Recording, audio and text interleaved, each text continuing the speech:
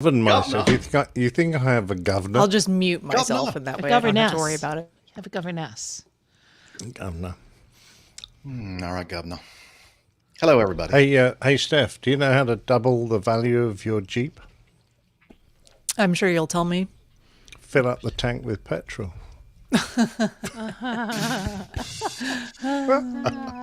Not here though. It's not as expensive here. Ah, okay. Mm-hmm. I think the last time I put gas in it was $3.17 a gallon. Oh, right. Okay. Well, Not terrible. sounds. I mean, not great, but not terrible. It's a shame Dana isn't here. I could have said, why are Harleys the safest motorcycles in the world? They can't go fast enough for you to hurt yourself. And then he'd say, wow. Yes. Yes, he would. He'd hit you with his baseball bat. He would. Oh, yeah. He's got a long reach with that baseball bat. I hope he doesn't use it on his first off-season. What if he started his conversion yet? Oh, yeah. Well, he's going to have to spend the first 6 months learning Airbus speak. Airbus ease. Yep, from Glaze. Hello, everybody. Mohammed Great to from see him here. Iraq. Hi, Mohammed. Let's see. He filled us in with a lot of information at the very beginning of and I think if you just join, you may not see what has already been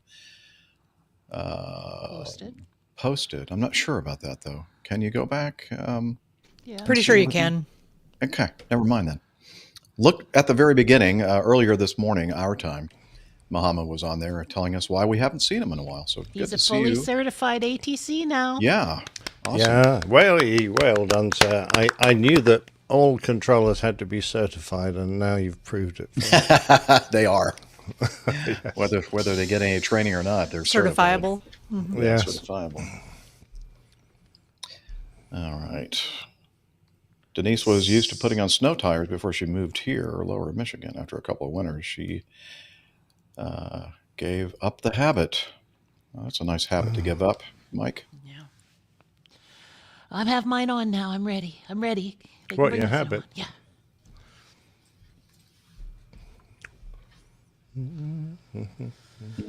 All right. Did you want to do a sound check on the introduction, Jeffrey? Sure. Oh, and I guess I better Skype you at some point. Yeah, let's do that. And then also, I should probably start the recorder. Yep. Shame, shame, shame, shame, shame, shame. I am shame, recording. Shame Oh, on yes. you. You.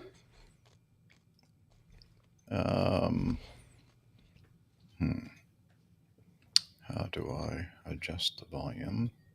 Oh, I'm getting a call on Skype. Well, you better answer it. I You did. never know who it might be. Hello, Could be Liz. someone important. Can you hear me on Skype? All right. Bye-bye. Oh, don't hang up, though. Here, let me mute. Okay. Nope. Works for me. Let's see. What is the... I'm back now. What is the microphone being used for Skype? Okay. Oops, Steffi's Microphone. frozen. Oh, no, she unfroze. Steffi needs to be up there, and Nick needs to be over there. That's better. Here's another one. What's the most common accessory for a Harley Davidson? No idea. A pickup truck. Burn. Burn, baby, burn. Oh, dear. Are you at the Harley Davidson joke site.com? Well, I was, as you can tell. I thought it would be a tow truck. This is the Professional and Executive Motorcycle Club dinner dance. So I'm assuming because they're all professionals and executives, they'll all be fairly well off and they'll all own £20,000 highly spec'd, chrome abundant Harley Davidsons.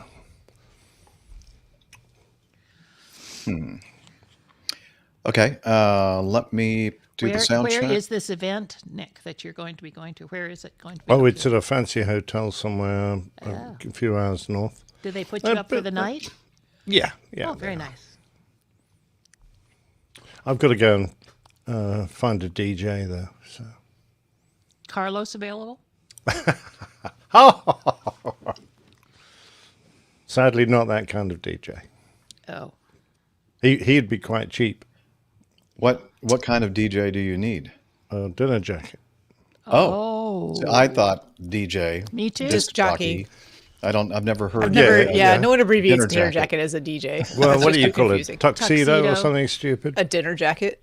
something stupid. Well, Wow. I was from the Air Force where you had your mess kit and a DJ. Mess kit for My brother used to have a uniform BSA, events Tim. and DJs when the ladies were there. Why isn't it MK? Because actually, number fives was its nickname. Number ones was your dress uniform. Number twos were working dress. Number threes were something like tropical. I don't think we had a number four anymore. Number fives were mess kit. I always enjoy a number 2. Yes, I know you do. Yes. Do you still get a newspaper delivered so you can really enjoy your number 2? No, just use That's my why phone. everyone takes their phone to the I do on Saturdays. Saturdays only, I get newspapers. It's probably worth it on a Saturday because they're about 6 inches thick. I used to hate Exactly. being I wonder on. how many people are listening to this podcast while they're on the throne. I don't want to know. Well, I think Don't forget to wipe. Hillel is, isn't he? Always. Oh, That's yeah. just a Always, given. yeah. Yeah. There's at least one. Oh, Yeah. What's the matter? ow, ow. Uh-oh. Uh-oh. That doesn't sound We're good. having- we're Did he having- spill something? Did he Issues. fall down? I dropped my bottle opener, which is a vital piece of kit on this show. Did I'm you gonna do the? put my- Did you play the intro, Jeff? I don't remember hearing it. I did not. Jeff, this is my private time. Would you let me finish? That's very a true, food Tim for Van Ram. once? Get in there, said the actress to the bishop. You're listening to the Airline Pilot. Too loud, right? No. That was kind of soft. Yes. You're listening to Oh, I'm sorry. Well, it's better soft than hard, You see- particularly if you're on the throne. We're not talking about we're that. not. Depends on the Oh, context. Depends on the context. 16 inches high. Wow. Yes, That's a lot. very impressive. Never gets old. Never gets old. No. Okay, so let me bump it up. You're Bump listening up to the Airline volume. Pilot Guy Show. The view from our side of the cockpit door. WAPG. Sounds a little quiet to me, but Quiet? I Wow. thought, but Okay. no, it's That's okay. It's interesting. all I mean, it's right. okay. Really, no, it's loud to me. So that's just That's fine. very unusual for. Hang on. Let me go loop back output to. I'm going to bump it up right here. Bump me up. Bump it up. Okay, now I'm going to try it again and see if you hear a difference. You're listening to the Airline Pilot Guy Show. The view from our side of the cockpit door. WAPG. Sounds fine. Is that better? Sounds good. Yep. Okay, I don't want it to be too low volume. You don't know. Jeff isn't don't trying want to, it he be doesn't want to better. settle.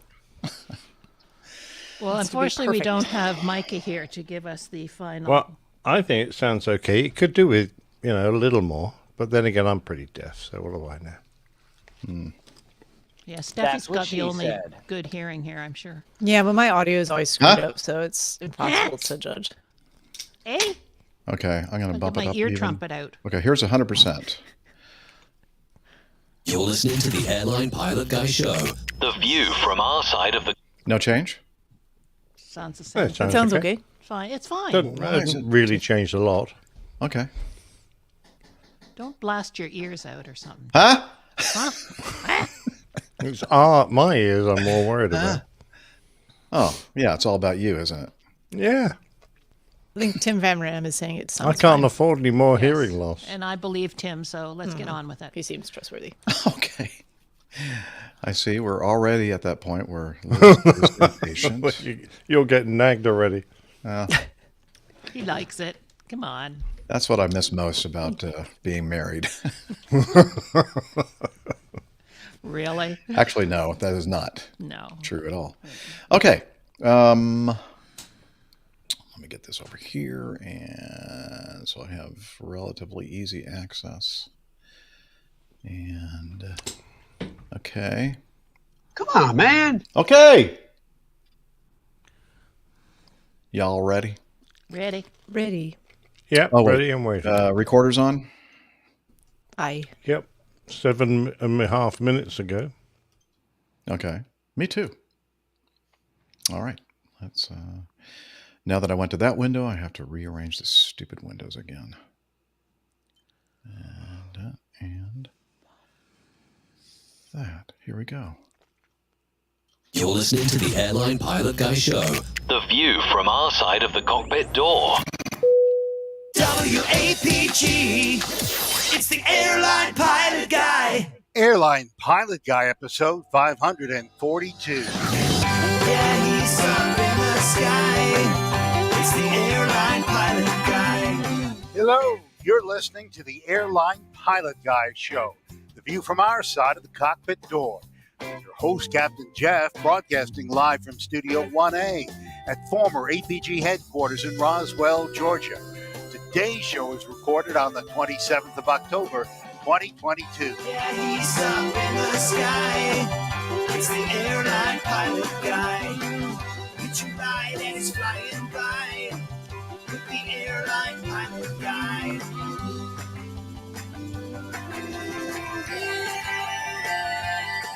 In today's episode, the owner of Gold's Gym is feared dead in the crash of a private plane off Costa Rica. A Korean Airlines jet goes off the end of the runway landing in the Philippines. More news, your feedback, and today's plane tale, only a flat tire. So get all settled in. Tray tables, seat backs in the upright and lock positions. Electronic devices powered on. I'm Radio Roger. Flight 542 is ready for pushback. Thank you, Radio Roger. He is an award-winning TV and radio reporter, currently at the number one all-news station in the nation, 1010 Wins on 92.3 FM in New York City. I almost had it right. Close. I had to add in that extra thing for the FM. And then I forgot I had to push this little button as well. Okay. Let's see. Thank you, Radio Roger. He is an award-winning TV and radio reporter, currently at the number one all-news station in the nation, 1010 Wins on 92.3 FM in New York City. Welcome to the Airline Pilot Guy Show. It's an aviation podcast covering the latest in aviation news and answering your great feedback. I'm Captain Jeff, a pilot at a major legacy airline based in Atlanta, GA, and joining us from her lakeside studio in South. She's a skydiver, doctor, marathon runner, IPA connoisseur, and commercial multi-engine instrument rated backstabbing jumper dumper. It's Dr. Steph. Speaking of pushing buttons, I had to unmute myself there, which I thought I was ready to do, and then I was not. But great to be here. Good to see you, Captain Jeff. Excited for the show today. Going to be a good Happens to the best of us, doesn't it, Steph? Nailed it. Yeah. Like always. Yeah, like always. All right. And also joining us from his studio in Hartford, Hereford, and Hampshire. Professional photographer, former RAF, RAAF fighter pilot, retired Airbus A330, A340 captain for Virgin Atlantic Airways. It's Captain Nick. Hi there, Jeff. Just making a little on the side. Here's to my sponsor. Guinness is good for you, apparently. Yes, for sure. All right. Cheers. Always good to have a great sponsor like Guinness. And also, where? A place to stand, a place to grow. From her studio in Toronto, retired financier and aviation enthusiast, spreadsheet master, and our producer, it's Liz Piper. Hello, everyone. Hello. So nice to see you all. Now, I think that's going to be it for today's show, isn't it? Maybe so. Nick Camacho may join us at a later point. We're not sure, but this is what you see is what you get. So let's move on right away. See you later, gang. All right. See you, Liz. And like a genie, she's gone in a puff of smoke. Yes.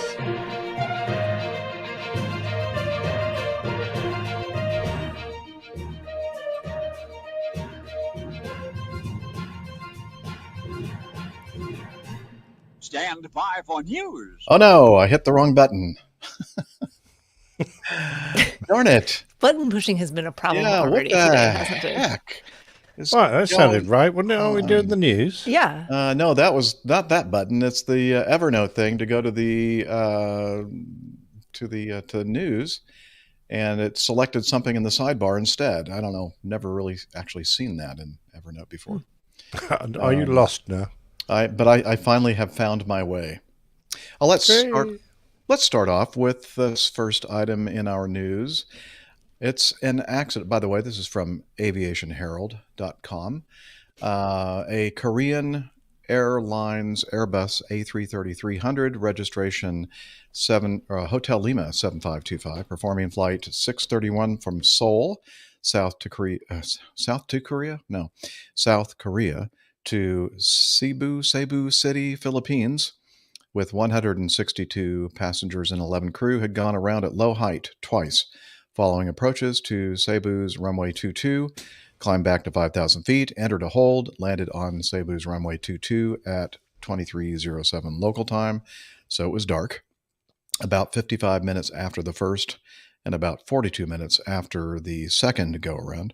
The aircraft crossed the runway end at about 80 knots over the ground and came to a stop about 360 meters, which is about 1,200 feet, past the runway end close to the airport perimeter fence. The image, Liz, that I think would be really good here to show exactly how close it got to the perimeter fence would be that last one, which, by the way, was sent in by Cebu Steve, one of our APG community members. It shows one of the residences just past the perimeter fence, and you can see how close it got to overrun. Yeah, it's a great plane spotting place, especially for the ones that go off the end of the runway. Yes, you get a really, really close-up view. Yes. Yum.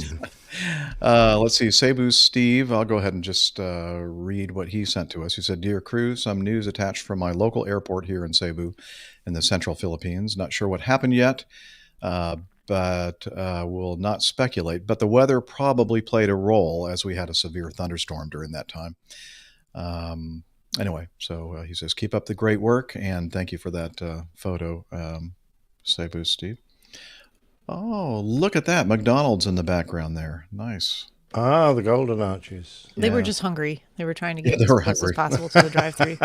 Well, I mean, after two go-arounds. Two go-arounds, you're going to want some fries and a Coke. You not are. just maybe a Big Mac. Maybe even some, what is it you like so much from McDonald's there? and Chicken stuff? nuggets. Those nuggets. Chicken McNuggets. Yeah. They were late for a chicken nugget eating contest. Slides and a ladder. Oh, yeah. Is that built into the slide? No, it's not. That was probably something placed there after the fact. So we're looking at some pictures here, the aftermath of this thing, and yeah, the first, the front half, or maybe not half, but a very large portion, the front part of the aircraft underbelly is pretty much destroyed. And what do you think that the hole is on the at the top? I was wondering about that. I don't. Yeah, did they strike something else on the way? Well, yeah, to but that point? something that's like Low? 10 feet in the air. It seems to have, unless it was, say, something like a light stand. No, it wouldn't be a light stanchion, would it? No. I don't know. I mean, there doesn't appear to be anything like in their pathway from the aerial Google Earth photo. I know. That must be substantial, because it really has carved a big slice out of the ceiling of the top of the aircraft. It has. Mm. Yeah, I don't know. When I saw that, I went, "What would cause that?" That's maybe the glide slope antenna, because that's the only thing. That's the only thing that's draping over like the top of the aircraft. Mm-hmm. So I wonder if something sticks out from that and caught into it. Because if you look on the other side of the aircraft, there's scratches all along the like the top of the fuselage as well. Mm-hmm. So maybe Yeah. just from the antenna that they kind of plowed through. Oh, yeah, there's something matching on the other side. Mm-hmm. Yeah, you might well be Oh. right there, Steph. Interesting. Well, if you want to see what we are talking about as far as images, please refer to the show notes. And let me go back to the... Why does my camera angle look so weird? What is that? I don't know. Something behind you and above you. What's what? I don't know. Just something doesn't look right on my camera. I did one of those gesture things with this camera, and it started doing some funky things. Some funky things. Funky things. I don't know why it's so dark in your studio. Well, I'm in the basement, and the lights behind me in the main part It's of the room gone are now. not on. You've hidden it now. Yeah, thank you. Mm-hmm. Okay. Weird. Okay.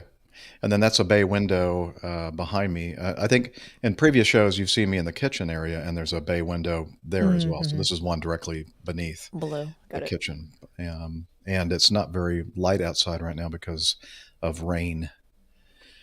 Okay. Let me get back to the story. Okay. No injuries are being reported. The aircraft, having broken through the localizer antenna, received substantial damage, including collapse of the nose gear, damage to the nose underbelly, and penetrations to the cockpit. Yeah, those pilots must have felt like Fred Flintstone, running along the ground as the cockpit floor disappeared beneath them. Yeah. Thank goodness there's a good amount of electronics, like heavy, dense electronics equipment down there to kind of absorb some of the... Well, it used to be, yeah. Yes. Anyway, the Philippine Civil Aviation Authority have opened an investigation into the accident. So we have some weather information here, as Cebu Steve mentioned, heavy thunderstorm. This in the METAR saying a light thunderstorm, rain showers, 9,000 overcast, 25 and 24 on the temperature dew point. And winds don't look bad, really, Nope. that I can see. So, yeah, it doesn't look like extremely or extraordinarily bad weather. And then I'm thinking, well, I'm wondering if that's kind of a short runway. And I believe it's like over 10,000 feet long. Yeah. So no. Yeah, no, it's not. Not long enough. Yeah, true. No mention of like wind shear type stuff, even though the winds weren't bad with the thunderstorm activity. No. There's no gusting. Or I just wonder if the forecast. You'd expect poor visibility with heavy thunderstorm or rain shower, but this, it says. Yeah. Indicates Quite honestly, you do wonder why they were hanging around for 40 odd minutes waiting to make a final approach. Yeah. Because from the forecast, it doesn't look that bad. But of course, in reality. May not tell the whole story. Might have been just something right off the edge of the airport environment that was more problematic. Yep. Yeah. Cebu Steve said that he doesn't know why they didn't divert to Davao, I think. Davao. As that's only 40 minutes from Cebu. They could have landed there and then refueled, flown back to Cebu once the storm had passed. Yes. I think in hindsight, they're probably wishing they had done that. Oh, absolutely. 100% bit of hindsight. They'd have loved to have now been saying, oh, yeah, it was a very sensible decision, Captain, to divert. But, yeah. Trouble is, I don't think Korean are terribly sympathetic with problems that occur in their airlines like this.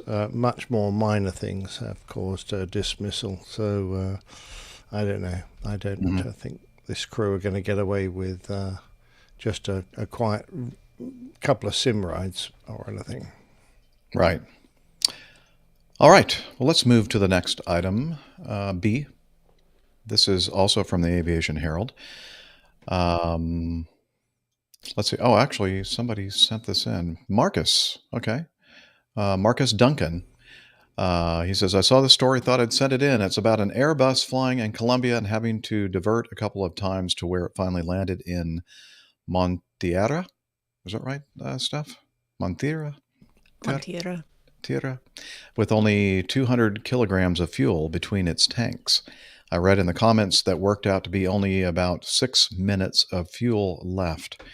The part I wanted to know and hope you guys can answer is that I had looked at the METARs and the weather didn't look too bad at either of the initial airfields. It said in the report they had diverted to weather both times. I was hoping you guys can point out what I had missed. I have to apologize about my last voice message. Somehow I seem to have been more nervous than when speaking to ATC. That's weird. I hadn't realized to myself, I hadn't realized until I heard myself on the show. Us Scots can speak English if we try hard enough. Well, okay. Good luck. Yeah. We just can't understand you. One last thing. Did Captain Nick ever have to divert from Lukers during this time of year when the haggis are migrating to the borders? Is that right? It was always a problem migrating haggis, big hassle. Yeah, I did actually. I diverted only once when I was at Lucas to Prestwick when the Har came in, which he will probably be familiar with. The Har is the local name for an advection fog that is a sea fog that sits often just off the coast, and the airfield is actually literally on the coast. The end of the runway is more or less in the sand. And as the tide comes in, because there's an estuary right beside the airport, it brings the sea fog in with the tide. It's a bit like Los Angeles, which often has a fog, an advection fog that sits there and then is brought over the airfield when the wind changes or something. And the Har rolled in and we diverted. But and funny old thing, they have a special shooting season for the grouse in Scotland. Well, one year I was invited to go to the Glorious 12th, which was apparently the start of the haggis shooting season. And I spent the day very enjoyably shooting clay pigeons, and then we finished off by shooting haggai. I don't know quite what it's either haggai or haggises that were thrown off a cliff edge, and we shot them in midair. It was very, very amusing. I hate to be dense, but what is a haggis? It's offal and grain wrapped into a sheep's stomach and cooked, boiled up. Okay. Yeah. So what are you're describing these things as like some kind of wildlife, but oh yeah, well the Scottish believe they have little legs and they can run around. Okay, kind what of is a that? mythical creature. Yeah, what is it that we do here, like Where haggis snipe or comes something from. like that? I think it's called snipe. That we have a little mythical thing that we talk about out west, anyway. Yeah. So yeah, on the August migration, you do see a lot of them around. Some can fly. It's a bit like the Australian drop bears and hoop snakes. They're very nasty, so you want to watch out for those. Or jackalopes, right, Steph? I'm sure. Yes, jackalopes. Yeah. There's Anyway. probably going to be something in Canada, but they probably got big feet though. So Sasquatch.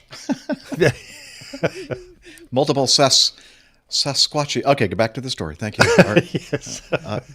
Okay, thank you. We're Squirrel? got a little off track there. Squirrel? Yeah, Squirrel. Squirrel. Let's see. Again from the Aviation Hero. Squirrel. Viva Colombia. Viva Colombia! Airbus A320-200 registration Hector Kilo. No, that's not right. Hotel Kilo 5378 performing flight 8332 from Cali to Riohacha, Colombia. Oh, God, that was pretty damn close, if you ask me. Okay. It was descending towards Not bad for an American. Racha Airport when the crew aborted the approach. Okay, wait a minute. I think I have somebody helping me with the pronunciation here. So here we go. Srivijaya. All right. Anyway, where was I? You've been hacked by the Russians. The crew aborted the approach. Oh, yeah, they did. Yes.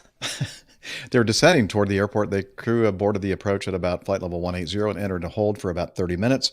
The aircraft subsequently climbed to flight level 370 and was en route to divert to Medellin when the crew again needed to abort the approach at Medellin at about 15,000 feet. The aircraft climbed back to flight level 210. The crew declared an emergency and diverted to Monteria, Colombia, where the aircraft finally landed on runway 32 about 2 hours and 15 minutes after aborting the approach to Raja, and about 3 hours and 20 minutes after departure from Cali. The aircraft had about 100 kilograms in its left fuel tank and about 110 in its right. The totalizer showed 200 kilograms of fuel remaining, and that's approximately, well, just shy of 500 pounds. Yeah, something between 400 and 500 pounds. That's not a lot. That's fine for the caravan if you're going to fly a load of Yeah, well, Yes. it's not Actually, good for maybe two airliners. No, it is a terrifyingly small amount of fuel. Yeah. Weather on the METARs showing thunderstorms and overcast 2000, 24 temperature dew point. And winds, again, not crazy. They look like they were steady, not gusting, and no wind shear mentioned on that METAR. In Medellin, a little bit windier with some gusting to 22-knot winds, light thunderstorms there as well. Anyway, it was just a bad day to be flying. Could have been worse, yeah. But yeah, that's not what they planned for, obviously, to end up arriving at the gate with. And now there is some discussion on the Aviation Herald website where people are thinking this is fake, that somebody photoshopped it. There's no way anyone would have been able to take that kind of picture, I guess, assuming that it was a passenger walking by the open cockpit door taking the picture. But I have a feeling if this is a real picture, it was taken by one of the crew members on yeah, yeah, certainly. So at any rate, yeah, it looks pretty standard for a the fuel display after you shut down. So the AP is running. Although you better get some gas in there because even the AP isn't going to last long on that amount of fuel. Yeah. No, that looks a perfectly normal display. It doesn't look like a simulator either because there's a lot of light. Yeah. Yeah. Somebody had mentioned that. It looks like something from one of those computer flight sim things, and I'm thinking, I don't think so. It looks pretty real to me. Yeah, so the big question for me is why he diverted both times from 15,000 feet, medium level. He actually spent a lot of time en route to these two diversions he went to.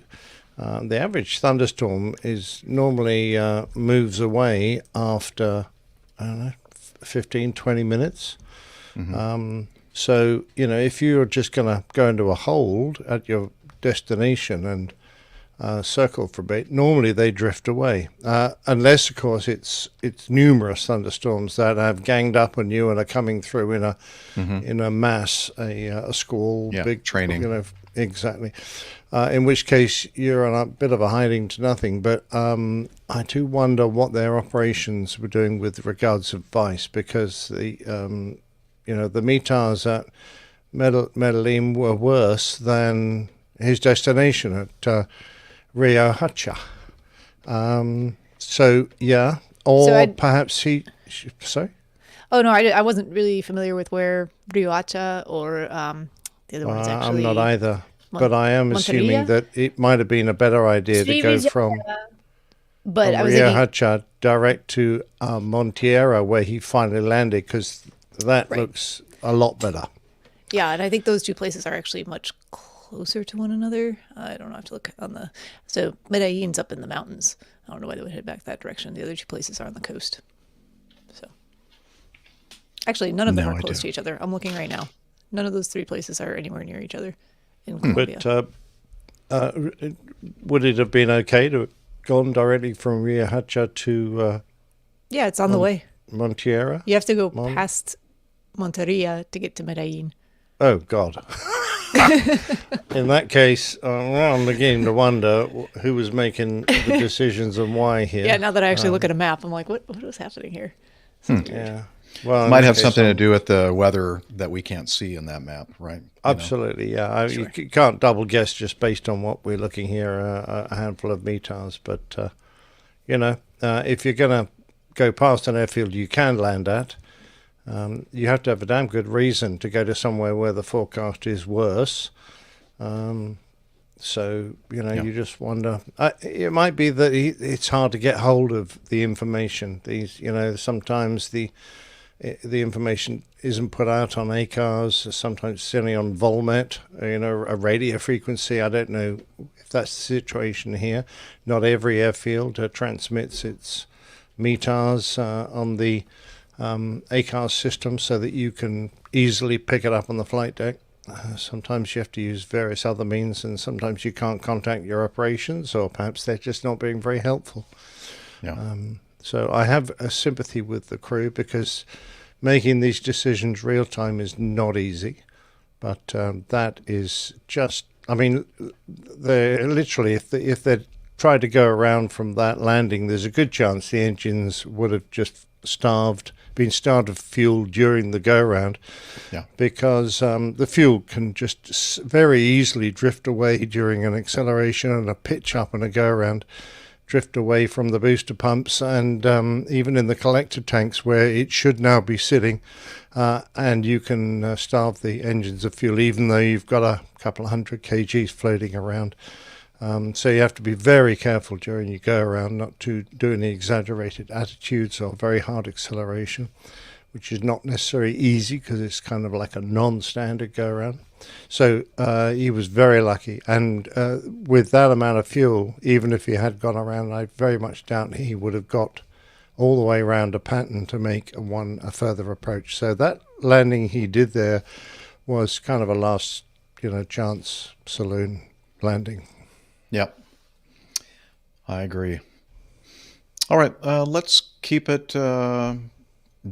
Well, no, this is in Lisbon, Portugal. Let's go across the pond to TAP Air Portugal Airbus A320-200 November. Oh, yes, I remember this one. Oh, that's right. This is an update of that accident where the 320 hit the motorbike on landing. Yeah, he smashed it into the left engine, didn't he? Yes, in October, or maybe I don't know, one of them. In October 2022, Portugal's GPIAA reported that the pilot flying was the commander, the pilot monitoring the first officer. Already established on final approach, the crew noticed a dim stationary light near or on the runway. They discussed the light and concluded it must be a runway turning pad or runway exit light. After the aircraft touched down, as soon as the aircraft's headlight range permitted, a motorcycle was observed moving from centerline towards the edge line of the runway in an angle of about 45 degrees with the runway axis. The commander tried to steer the aircraft around the motorcycle with a rudder, but could not avoid contact with the right-hand engine with the vehicle and its occupants. Subsequently, substantial damage was found on the number 2 engine. And the Civil Aviation Authority of Guinea is investigating the occurrence. So that is. So interestingly, they did see the motorcycle, because we were wondering at the time whether it had been, an impossible situation. They landed and suddenly spotted it. Well, that's kind of what happens. But if you see an unusual light on your runway, the least you should do is ask air traffic control, and they should have binoculars there, and they should be able to tell you if there's somebody on the damn runway, in which case, go around and sort the problem out. Very, very sad that it resulted in the death of 2 people, but what the hell did they think they were doing riding their motorcycle down a runway? Looking for a thrill. Yeah, well, they certainly got one. Yep. Yeah. And by the way, folks, if you want to get off a runway fast, don't go off at 45 degrees, go off at 90 degrees. 90 degrees. That's the quickest way. Shortest straight line to the exit. Yep. Yes. Yep. All right, item D, again from the Aviation Herald. An Aerolíneas Argentinas Airbus A330-200 registration Lima Victor Foxtrot Victor Hotel, performing flight 1133 from Madrid, Spain to Buenos Aires, Izizia. How do you pronounce that? Aziza? Somebody help me. Hello. I don't know. Surya English. Yeah, here, I think, again, I'll look it up, and the pronunciation is? Srivijaya. Okay. In Argentina, with 271 passengers, 13 crew, was en route at flight level 360 over the Atlantic Ocean, nearing the Brazilian coast when the aircraft encountered severe turbulence, causing injuries to 12 passengers. The aircraft continued to Buenos Aires for a safe landing. About 6 hours later, 9 passengers were treated at the airport for minor injuries. 3 were taken to a hospital. Okay, now I've highlighted something here. According to what was reported by the crew, the seatbelt indicator signs were on and the corresponding announcement had been made. The passengers who were the most compromised and who were the ones who had to be transferred to the hospital were not wearing their seatbelts at the time of the turbulence. Yeah. Not What a a big surprise. Yeah, exactly. I'm People, shocked. wear your darn seatbelt. That keeps you attached to the aircraft and you don't go flying like these 12 did and making holes in the ceiling and all that. So, Yeah, even if you're not that concerned about your own safety, if I'm the passenger beside you and you've gone flying and you subsequently land on me and injure me, you can bet your bottom dollar I'm going to sue the backside off you because, you're being negligent by not attaching your seatbelt. So not only you're putting yourself at risk, you're putting other passengers at risk. And you may find that the repercussions come across eventually and cause you a lot of heartache. yes. Ezeza, by the way, I think. Izeza. Ezeza. Yeah. Ezeza. What she said. Izeza. I'm probably wrong. Someone will still correct me, but that's close. That's I close had to enough. think about it for a second. Okay. Just goes to show, though, I suspect someone's head went into that top Oh, it panel. looks like someone's head on that one Yeah. picture. No, And that then- one. That one looks like someone's head. Yep. Just straight up boink. That probably didn't feel too good. And what's worse is having ended up like 3 or 4 feet into the air, when you are in turbulence and it goes from negative to positive G, you're not going to fall down at 1 G like you would if you jumped off your sofa. You could be coming down at 2 or 3 times that velocity as the aircraft comes up to meet you as you fall down. And that can cause an awful lot of injuries. I mean, broken bones, broken backs are common in these sort of situations. So when you realize the potential for serious, really serious injury, just drives it home, put your damn seatbelts on. You know what, Nick? Yeah? I have some video that kind of shows you an example of what happens to human beings when they are in pretty, good turbulence. Oh, can we hear the bones snapping? Well, I don't know about that, but in this case, this is from the next news item that we're going to cover, which is F, I believe, 2 down from where we are. And let me add this to this stream, and we can, at the very first part of this, you'll see what looks like maybe a child being thrown up.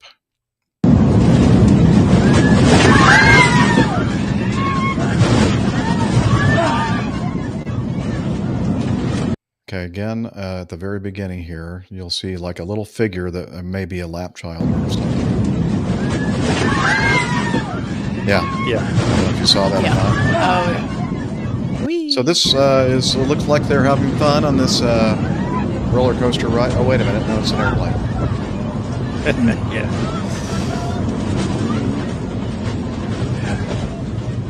It's pretty bumpy inside that aircraft cabin. And I think this is going to transition to another angle, another camera angle. Seeing some A bit of lightning? Yeah, a little bit. And then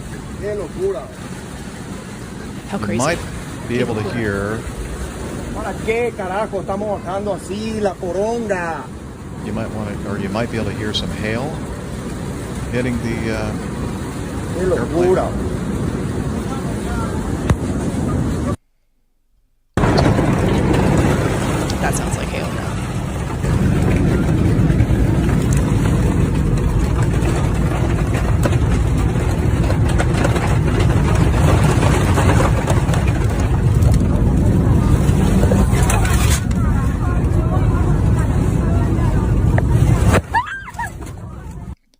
Okay. Looks like a lot of fun, huh?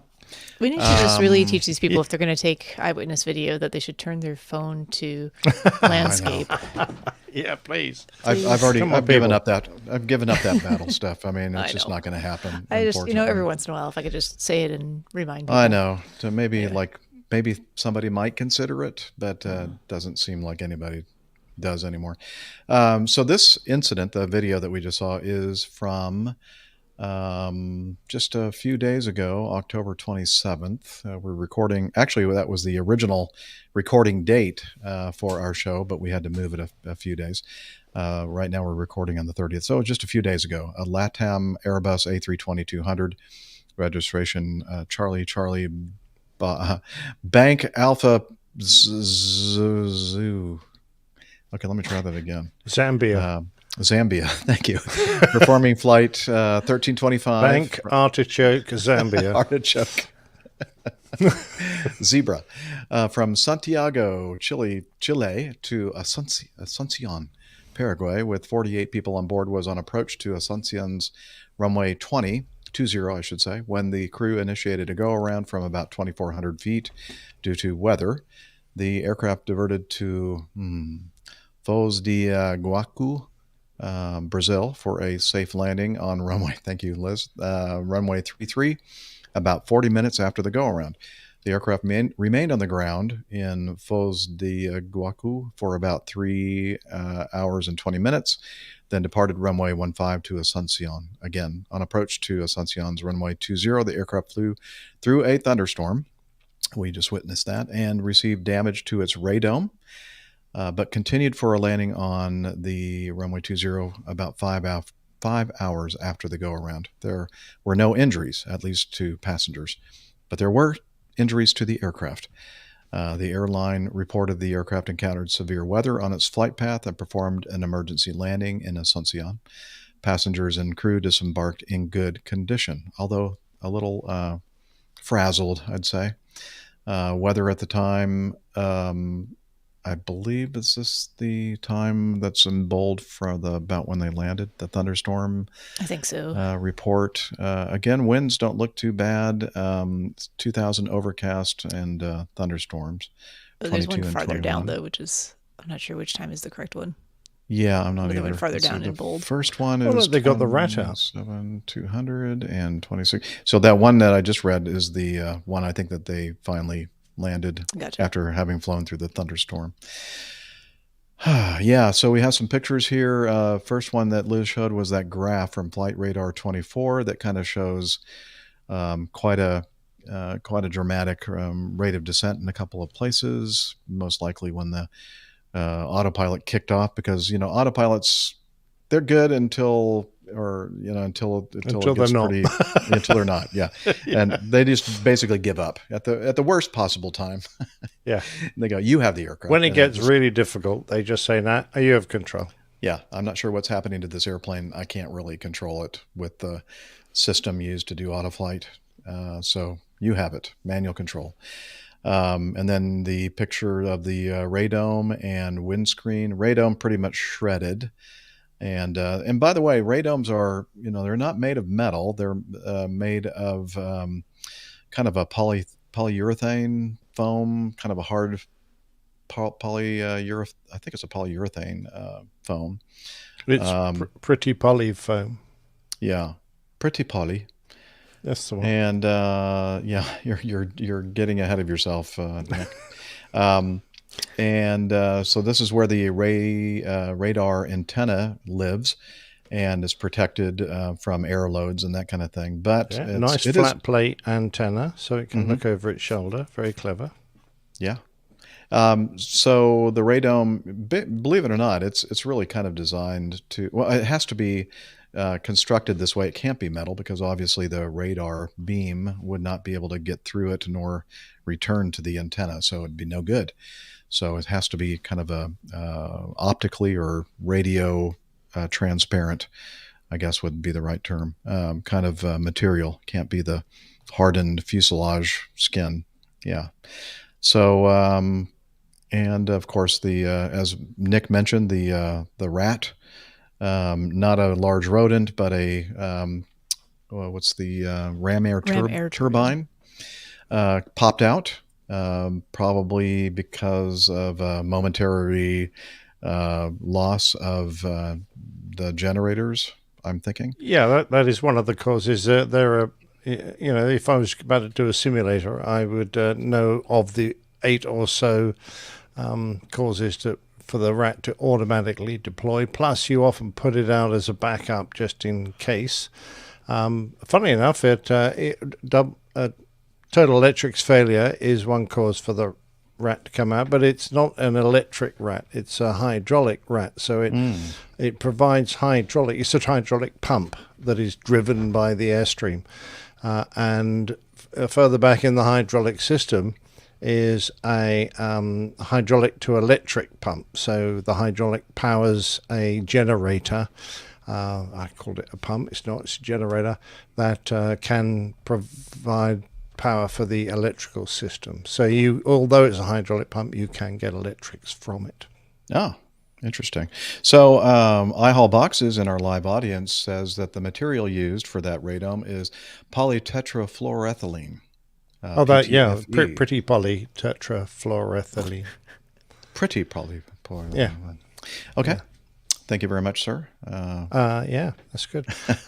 Interestingly, there was a lot of noise in the cabin. Having occasionally gone through the edges of big storms, where sometimes you get a lot of precipitation, you're flying through it, and sometimes mixed with hail. The noise on the flight deck is absolutely deafening, because back in the cabin, you're not actually hitting much. Most of the stuff is just going past the sides of the fuselage. At the front end, it's impacting on the windshield and the skin and the nose, and it can be so loud that you are bellowing at each other, trying to get the simplest of commands across, because you can be completely different. Funny enough, the last time it happened to me, I neglected to consider putting the interphone on, which is an option that we never ever used on the Airbus, because the Airbus flight deck is so quiet. You just talk to the bloke. After all, he's only like 18 inches from you. You want to get... Yeah. I'm sorry. So, but it would have been actually quite sensible, had I thought about it, to go onto interphone so that we could use the headset to talk to each other and amplify our voices. But I didn't think about it at the time. But no, it can be really, really difficult to communicate on the radio or anything. Sometimes you just can't hear a thing.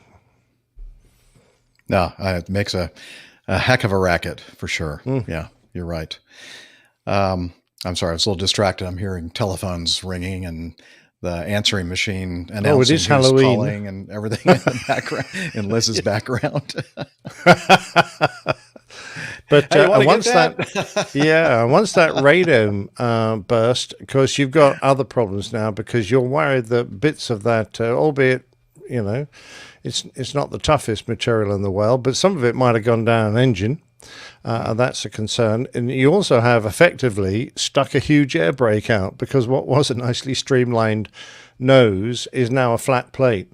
And you are going to need considerably more power. Your single engine performance in particular, and if you've gone through a hailstorm, possibly ingested stuff down an engine, there is a chance you might lose an engine. Trying to do a single engine go around without a radome is a very interesting proposition. I don't know whether you'd necessarily be able to guarantee you'd have performance to clear terrain. You probably have enough performance sea level on a flat environment, but if you're up in the mountains of where this was, and you've got terrain concerns as well, that it might just impact on your thought process. And speaking of impact and flat plates, let's look again at this slide, the windscreen. Which is completely, now windscreens are made up of several layers of tempered glass, and this the one that's outermost is kind of a very thin layer that's designed to do what we see here in the picture, which is just shatter, and it's there to protect the rest of the windscreen So nothing, it's not going to like break in, not like your car windshield. It's not going to kind of come into the aircraft. It's still going to be able to withstand pretty high air loads. The problem is, as you can see from this picture, it's not a very clear way to see things outside the aircraft. You're kind of restricted as far as your visibility is concerned. I imagine that makes landing a bit difficult. I would imagine it would be. And also because the hail can often destroy aerials, so your instrument landing system serviceability might be in doubt, since the aerials involved might have been ripped off or at least damaged.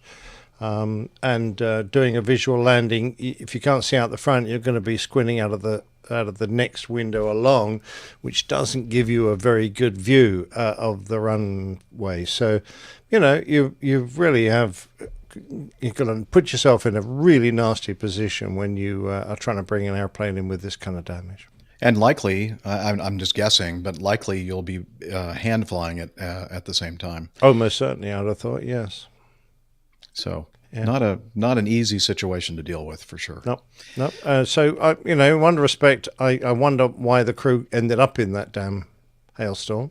Having been through it, seems they did a fine job getting the airplane safely on the ground. So, well done. Kudos to them for that bit.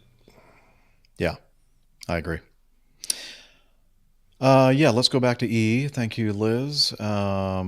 This was sent in by Radio Roger, and as he teased, Radio Roger teased at the beginning, that they're thinking that perhaps one of the people that died in this incident was Gold's Gym owner, Rainer Schaller, a German businessman, and they have confirmed that he was amongst the passengers aboard this Piaggio Avanti aircraft, which is an unusual looking airplane. It's kind of pretty. I love the look of it. Yeah. Yeah, it's got pusher propped PT6s. I'm not sure there are many airplanes out there that have that kind of configuration using the turboprop Pratt & Whitney PT6s. No. They say it makes a really unusual sound It's too, very probably distinctive. because we of have the a waves. few that fly into Farnborough, and I've seen them airborne, and they are, I think they're an attractive, as you say, looking airplane. Certainly an eye-catching one with that canard on the front as well. Always makes me think it has a mustache. Yes, I like the nice white mustache. I don't know why. Yeah. Now, I don't know if you remember Ian, the lovely captain who chatted to us about his alcoholism. He started off his civil career in flying those, and for the company. So interesting. He loved it. He loved flying it. It was great, he said. But they haven't produced them for years, so I don't know how old. They stopped. I think they went into bankruptcy. There was some weird stuff going on with the So company. you know Gold's? Have you been to the gyms very often? Well, it's a popular chain here in the U.S. I don't think that he started it. I think he bought it several years after the fitness business was going along. I don't know that much about it. Steph, do you? About the business side of things, no. Yeah. Okay. He seems to have a I had a bevy membership of, to Gold's Gym at one point, but that's as much as I can tell you about it. Yeah. They have a lot. They have weights and stuff. I've heard. Yeah, they do. He seems to have a very attractive lady on his arm who even dresses up as an air hostess. So, yeah, she, I think, and I think at least one or maybe more of their children were also lost in this accident. Costa Rican authorities said Saturday they located the aircraft wreckage in the ocean 17 miles from Limon Airport. 2 bodies, along with luggage, had been recovered, but the bodies hadn't yet been identified. Although since this was written, they have recovered all of the bodies and identified them, I'm pretty sure. We talked about the plane, the 9-seat Italian-made Piaggio P180 Avanti. Lost communication with the control tower and was out of the water. It crashed into the water. Now, the interesting thing, you're showing the flight path, Liz, on ADS Exchange or ADSB Exchange, I think, one of those. The interesting thing here is that if you look at the track of the flight, it just continues in a very nice controlled descent out over the water, kind of getting, prepared to come back in to land at the airport. And I've taken a little yellow highlighter here, and let me see if we can zoom in just to the well, here, let me see if I can do it there. No, go back, please. Okay. Where it says 0 feet. Boom. Yeah. So on the side here from ADSB Exchange, there's in the left-hand column, there is, and I don't know if this is just a blip or, if it wasn't really happening or not, but there's a item there listed FMS Select, I believe, and it actually shows information from the autoflight system that gets transmitted through ADSB. And I don't think that here in the US the controllers have the capability to see this, but I think in Europe they do. I don't know if you know this or not. Yes, I Nick. do, and yes, they can at certain air traffic control centers, and that was when I was working, and that's a few years down the road now. So they can see what you've selected on the autopilot as the heading. So if they clear you to an altitude, they can actually see if you've selected the correct altitude to descend to. And the correct heading. Yeah, exactly. And in this case, what are we reading here? Well, 0 feet. So the guy wound the FMS, told his autopilot to take him to sea level. Yes. And about 850 feet or so is when the next frame of this data shows that I think they spun it all the way up to 8,000 feet, and they kind of started moving away from the sea, but very rapidly ascending. And they're thinking maybe they got into an accelerated stall or something, and they're still investigating in this crash. Yeah, it's interesting because it seems to be quite a controlled descent. 850 feet is quite low you should only be like 3 miles from the threshold at that point. And they're still about 17 nautical miles away. Yeah, the next is 150 feet higher and 50 knots slower. So he's done something to reduce speed and increase his altitude. Now, if you suddenly realize that you've gone way below a safe altitude, you might over control. So there is a possibility that it done exactly that, Jeff. Over control or just do select flight level change, perhaps, and not change anything with the power settings. I don't know. Yeah, that might be. That's another. Whatever it is, he seems to have been correcting his altitude, but his speed has dropped off dramatically. So I think that part of the approach, I think, is supposed to be about 3,000 feet. Not 0. Yeah, or 0. Yeah. But you asked briefly, he acquired Gold's Gym in 2020 when it was in Chapter 11 bankruptcy after the pandemic. So. Okay, so very recent owner. New owner of Gold's Gym. Well, it's a shame. Very sad with his family, etc. So, yeah. But again, we're just doing a little. Who was flying it? Do we know if he was qualified or whether it was he had a 66-year-old Swiss pilot? That's all we know. Okay. I think that's all we know. Yeah. I'm not going to say anything. Liz saying 66. Saying, oh, well, there you go. Hey. At least that's according to... Almost 64. I think in the... I don't know if it says it in any of these articles, but that's what Wikipedia says. Okay. Very interesting. Okay. And the last item in our news... hot air balloonist. Excuse me. From it was a parrot saying, "Polly, want a cracker?" Oh, is that right? Okay. A hot air balloonist from Schindel, I guess Netherlands, or Schindel. I don't know. Has to pay a father and a son about 65,000 euros in compensation for the death of 3 rare parrots when he flew too close to their home during a race 3.5 years ago. The loud noise made by the balloon burner scared the birds to death. Must have been a Norwegian blue. They're very prone to being stunned. I don't know. Yes. In 2018, an Pining interim for the- judge pining already. for the what are they fighting for? Oh, okay. Fighting for the fields. For the yeah. fields. Fighting for the fields. I missed that entirely. In 2018, an interim judge already ruled that the parents had died of shock, The parents. but Parrots. ordered additional research to determine whether the balloonist in question was responsible. And Masha, who is a Dutch Our person, balloon correspondent. and our balloon correspondent, she said that my pronunciation of that place, she said, nailed it. Now, she might be using a little bit of sarcasm. I'm not sure. Thank you for the balloon Either way, it's a correspondent nice, from nice boost Clogland. to your confidence. Anyway, These are some expensive parrots. Yeah, the area, Damn right. obviously, the area around the parrot keeper's Those home was Norwegian off blues. limits during the race. The Schindel balloonist came within 15 meters of the house. The other balloonists did not come closer than 70 meters. The court therefore concluded that the balloonist was responsible for the birds' Now, deaths. that was me thinking ballooning was a quiet, indeed silent mode of flight. Burners are pretty loud. Yeah. Yeah, especially Anyone when who those thinks burners they're are. going to go up in a hot air balloon and have a beautiful, quiet, and peaceful journey, no.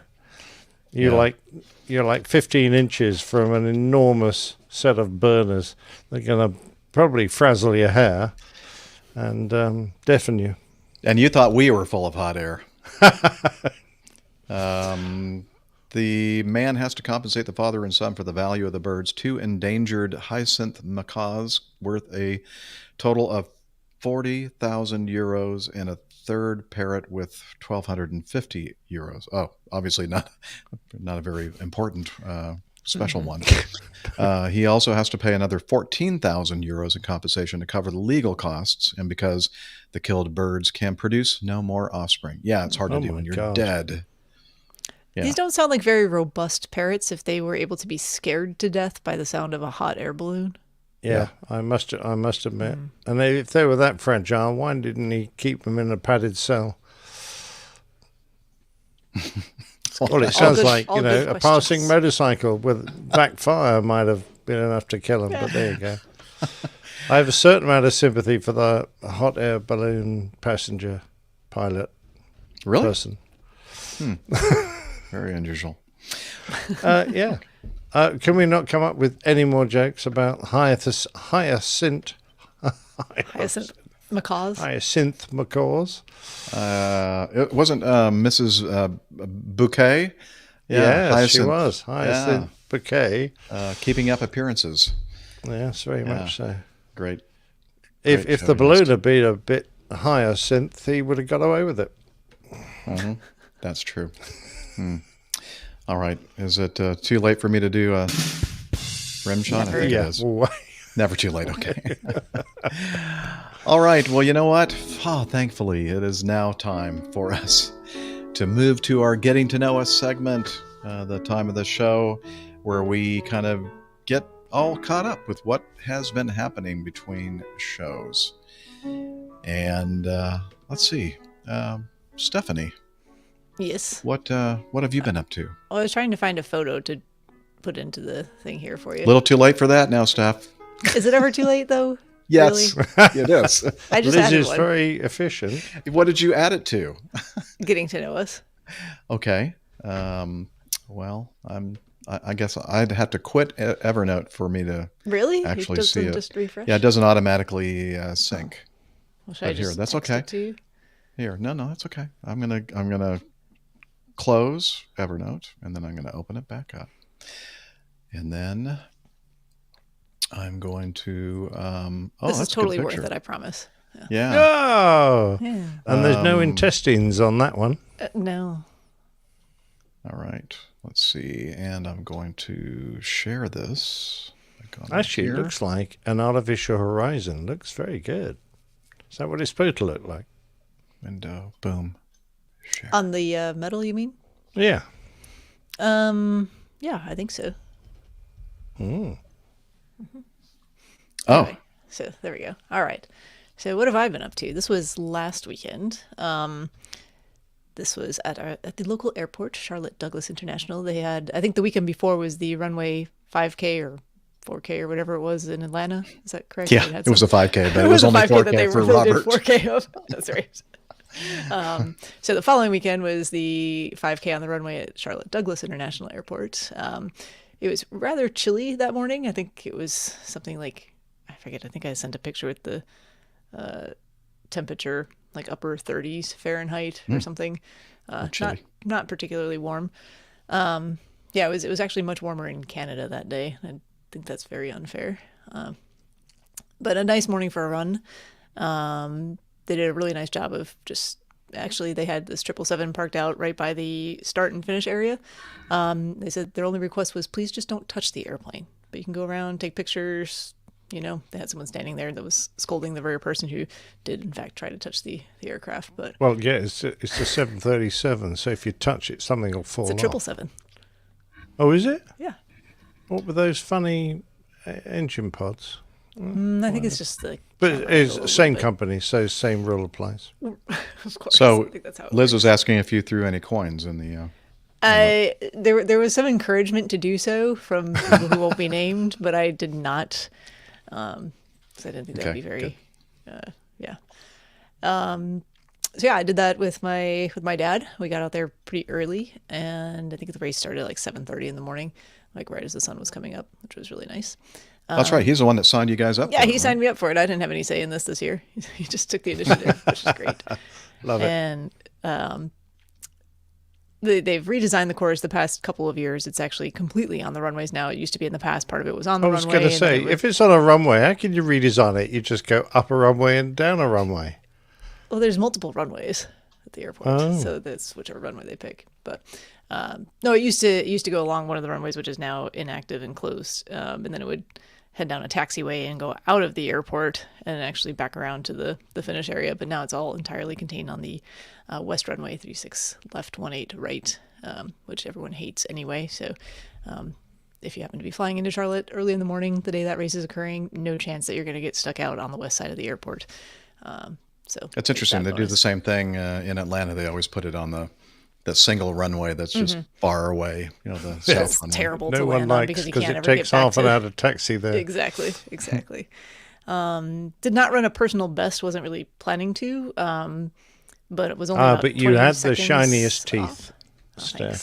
thanks. It was about 20 seconds off, so I'll take that. It was good. Came in second place in my age group by 1 second. Woohoo! Yeah, I The thought lady that right was behind great. me. Well done. That was And I think brilliant. 8th overall female, so not terrible. Whee! Yeah, it was really nice. I think my dad had like a 5-minute personal best time for his 5K, which he usually just walks. 5K in 5 minutes. Bloody hell, that's fast. 5 minutes faster than his previous. Oh, sorry. That's very fast. I think he was 52 minutes. Or so. Something like that. So it was a really nice, lovely start to Saturday. Unfortunately, after we got back home, got the news that my grandfather had passed away. So that was quite that was sad. very sad. From, nice start to the day to much more somber one. Not unexpected, but he'd been It's quite young, I think, right? quite young, 96 years young. Yes. Yeah. But slowly, he actually used to listen to the show quite a bit a number of years ago when we were doing it live. So he was quite tech savvy, even for being We're still a doing bit it on live. the older side. Well, he used to watch it live. That's what I was Okay, gotcha. We still do it live. He did not watch it live Okay. recently. I understand. Yes. And then, so took some time with all of that. But we still did had tickets to the Panthers and Tampa Bay Bucks game the next day, which we ended up attending. Thought it would be a nice thing to get outside and have some fresh air. And it was a nice day. It's like 70 degrees. And the Panthers actually won. So that was Whoa. a surprise. Wow. Well Who are done. they playing? Both teams are the Buccaneers. Oh, really? Both teams. Mm-hmm. Tom Brady. This American soccer, football. American soccer, yes. Yeah. That's exactly what it is. And other than that, just working a whole lot. I didn't do anything this weekend. It's been kind of gray and dreary here as well. So doing some projects inside. Put up a folding table or a table to fold clothes on in the laundry room that can kind of fold away behind the door, so it doesn't take up a lot of space because it's not a big room in the house. The It came exciting with, life it came with you about, lead. I know, adulting. It came with about the worst instructions I've ever seen for assembly. So, I mean, if you weren't particularly skilled at that sort of thing, I think it would be a struggle. It was even worse than like IKEA instructions, Wow. which actually have, Yeah. I don't know. It's tough. These were just like tiny little like thumbnail pictures of like each step, and it just said attach screw. Okay. Any particular place? or- It didn't tell you which screws to use. It didn't tell you, kind of just had to figure it out. But it wasn't that difficult, so got that taken care of, and a couple other small projects, and yeah, trying to make most of doing some inside things while it's not so nice outside. That's it. That's all I got. All right. Very good. We'll move over to Captain Nick. You've been busy. Yeah, I had a busy week, and it's all gone quiet since then. But really and honestly, it centered around one particular day when I was asked by Plain Talking UK. I should get paid for their damned adverts to go and interview an old Air Force mate of mine, Rick Peacock Edwards, RPE, who has finished his second book now called The Nat Boys. And rather than me go on about it, I think the best thing is to play the audio, because I think I go on quite long enough during that. Hi there, Jeff. It's Captain Nick here, and I am sitting in a very historic airfield in a wonderful old flying club that looks like something out of the Second World War, quite honestly. We're at White Waltham Airfield, and the flying club is the West London Aero Club. It stretches back to about 1928, I think, and actually White Waltham is the home of the Air Transport Auxiliary, all those fantastic ladies that flew during the Second World War, delivering RAF aircraft out of the factories direct to their squadrons. Indeed, I'm going to go with my phone and take a picture of one they've got on the wall here. It's a short Stirling, which is an incredible aeroplane with enormously long undercarriage. So its nose sits way high in the air. And beside it is the most tiny lady. She was barely 5 foot tall, standing by one of the main wheels, which is probably bigger than her. And that's one of the aircrafts that she flew. So I'm sure Liz will put that up while I'm talking. Anyway, I was here to chat to Rick Peacock Edwards, the author of a new book called The Nat Boys.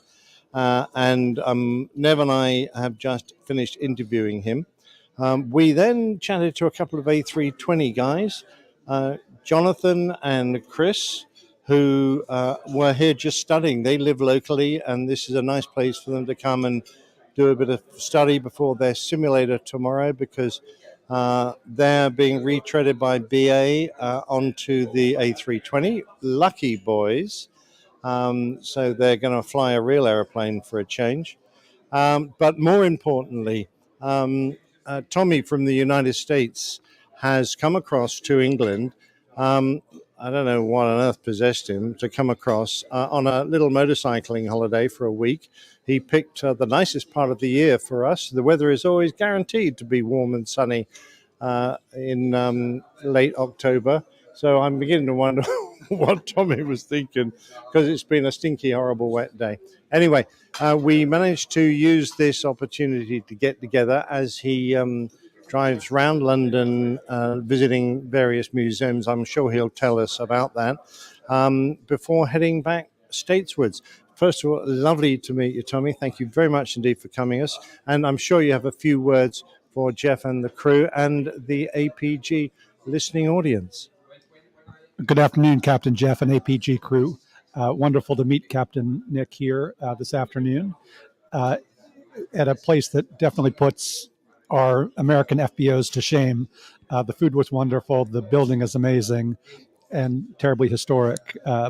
I escaped to the UK on a Boeing, unfortunately, to do a little motorcycle riding and visit all the museums that I hadn't yet gotten to.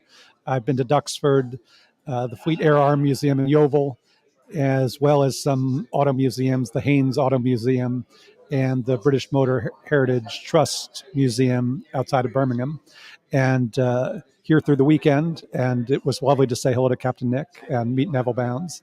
So have a wonderful afternoon, everybody.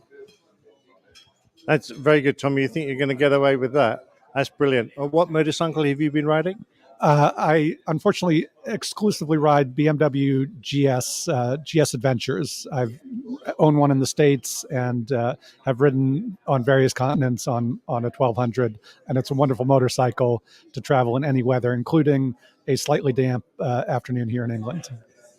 Okay, so European motorcycle, and which airline are you flying?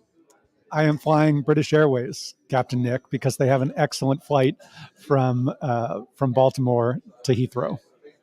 Okay, now the only answer, and I don't know if we're going to get 3 out of 3. What aircraft are you flying home on? I am flying home on a Boeing Dreamliner. I want to make sure I pronounce that correctly. Dreamliner, 787-8 series. Damn, I thought we were going to get the 3 out of 3. Anyway, look, Nev's here, so let's have a quick word with Nev. Hi, Nev. Yes. Hi, guys. Hi, Nick. Yeah, it's been a good day today, hasn't it? Really interesting interview with Rick. I always like coming out with Nick to interview some of his old military chums. It's a fascinating insight into the things that they got up to and the things that we can't broadcast either. And there's plenty of that. But no, it's great to meet you, Tommy, and thank you for coming to see us today. And shame the weather has deteriorated considerably. Otherwise, we would have been outside. But as always, when we do these interviews, lunch is important. And we have just had our lunch, haven't we? Absolutely. And I had the all-day breakfast, which I can thoroughly recommend to anyone who's coming to White Waltham. All right, brilliant. Lovely to meet you, Tommy. Thanks very much to Dee for making the effort to come out and see us. And back to you in the studio, Jeff. Well, thank you, Captain Nick, and thank you for not including a picture of Neville in a slideshow there. I think we all know what Neville looks like. We don't know what Jonathan looks like, even though he provided us with a picture, which is fine because, he looks like the world's youngest captain. And I'm sure it's just because, as you get on a bit, the policemen get younger and younger until you wonder if they've actually finished school. And that's a bit the same with this fine chap. He's sitting in the flight deck of his A320. Great picture, but he needed permission from his company for us to put it up. So we can't. But if that does arrive by the time we bring the show out, then perhaps we'll better put it in the notes. But I noticed that beside him on the flight deck, I said, good Lord, I know that guy. The chap sitting in the first officer seat is not a pilot at all. He was my aircrew manager when I was with my old airline. David is his Christian name, and a lovely bloke who did his best to put up with all my foibles and look after me through my various medical mishaps. And, really was a fine chap, ex-cabin crew, who did very well to get into a managerial position and managed to keep his sense of humour and look after us well, whereas some of the other managers had a bit of a bad reputation. David, I always thought, was one of the, true wonderful people you meet in life who deserves to be where he is, and good luck to him. And I see he has moved airlines since he now works for Big Bird Airlines. So there you go. It was lovely to see him in the picture. That was an unexpected treat. But it was lovely to meet Jonathan and his friend Chris, who they are studying. And I've subsequently heard that Jonathan got through his sims without any problems. So well done, old chap. Brilliant. Didn't expect anything else, but you never know. We are always delighted to hear that everything's gone smoothly. And, of course, fantastic to meet Tommy, who is undoubtedly back in the States now. And I hope weather didn't put you off. You managed to get a picture of yourself, beside some old aeroplanes. God knows what that thing is. It looks like an Electra, but I don't know. Did Hunting ever fly a Lockheed Electra, or perhaps it's a, I don't know, Viscount or a Britannia? It doesn't immediately look obvious. I think the paintwork gives it away, but hides it a bit. But I'm not certain what that thing is. What do you reckon? Is it an Electra? And the windscreen looks more like a British. It does, actually, now you come to mention it. So a couple of 4-engine airplanes. If it's a Britannia, I think it probably is. And that's what my father flew at one point. Anyway, by the by, enough of that. It was a brilliant day and very nice to see everyone. So thanks very much indeed for pitching up. Very good. Do you want to talk about the cover art before we move to what's been happening with me? Nick? Who, me? Yes. Yeah. Okay. Yeah, you gave me a wonderful title. Well, I'm not sure I gave you that title. Well, Liz did. Okay, somebody did. It wasn't me. Somebody did. Bull Nut Tug. I think we could have gone various ways with Bull Nut Tug. We see which way you went. Well, yes, I try to keep it simple, and I've got a tug in there, and a ball, and family show, ladies and gentlemen. Yes, family show. And I'm sure something in there's a nut, and we've managed to we've put it in. Do you know the airport with all those mountains behind? Well, would it be the Las Vegas? No, I think it's the other side of the world. I think it's Basra. Oh, okay. If Rick sees it, then perhaps he can confirm. But or Muhammad in the live audience might recognize that. He might, yes. The tug actually obscures a C-17 that was in fact on that taxiway. Yeah. Anyway, the tug is obviously from that handling agent, Dinata. And as we can see, it's the number 2 Bull Nut Tug. So there you go. That's that blue purple. What is that exactly? That's an orb. That's a very shiny ball bearing. It looks like a ring pop. Do you remember those? Did you do some No, that's as it came. Okay.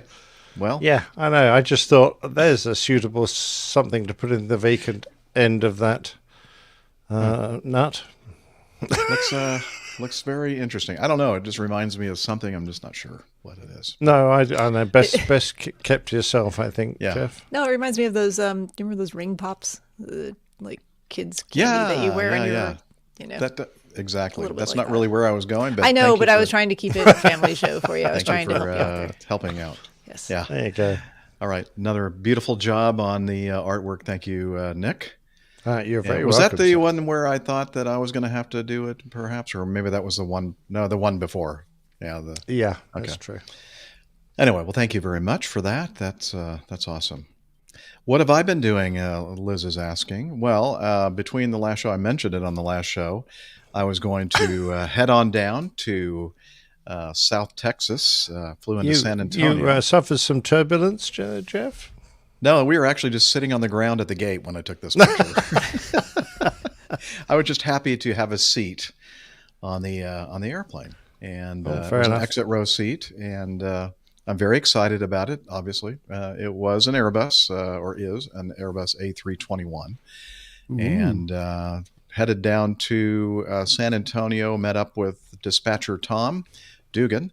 APG community member, and he sent us in feedback, and there's Tom sitting right next to me in our grandstand seats at turn 15 at the Circuit of the Americas, or what they like to call COTA, just outside of Austin, Texas, where the U.S. Grand Prix was taking place. And I flew down on I finished my trip on Wednesday. I believe we recorded that night, Wednesday night, and then the next day got not a great night's sleep, not very long, but who cares, right? I'm not flying the airplane. I'm just flying on the airplane. So headed down, met up with Tom at the airport, and then I met Mark Mitchum. He goes by Mike Echo because he does that abbreviation thing because he's an Indianapolis Center controller. And I guess Tom and Mark had met, I think, at the very first U.S. Grand Prix in Austin back in 2012. They were celebrating 10 years this weekend, or this past weekend. And so met him. He had rented a car. We all piled into the car, me into the back seat. It was very tight. But it was a cool car, and we headed up to the first thing we did, you're with a group of like-minded people when the first thing you do after you pull away from the airport before you go up to New Braunfels, where your hotel is, Stop and watch airplanes. No. Oh.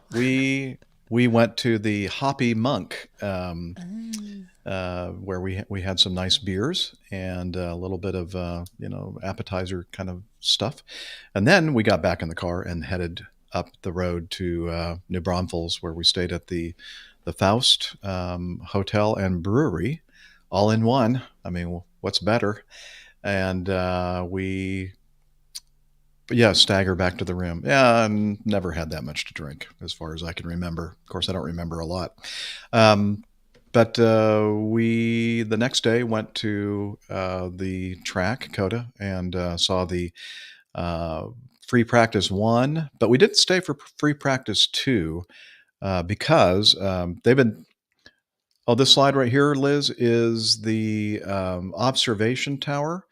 And it looks like some kind of a mythical winged, almost like a phoenix coming up from. I'm not sure exactly what's going on there with the design, but it's an observation tower where you can pay, I think it was $35 after standing in line for quite a long time. We did not do this. You take an elevator to the top, and it's a big observation deck up there, and you can take in the whole track.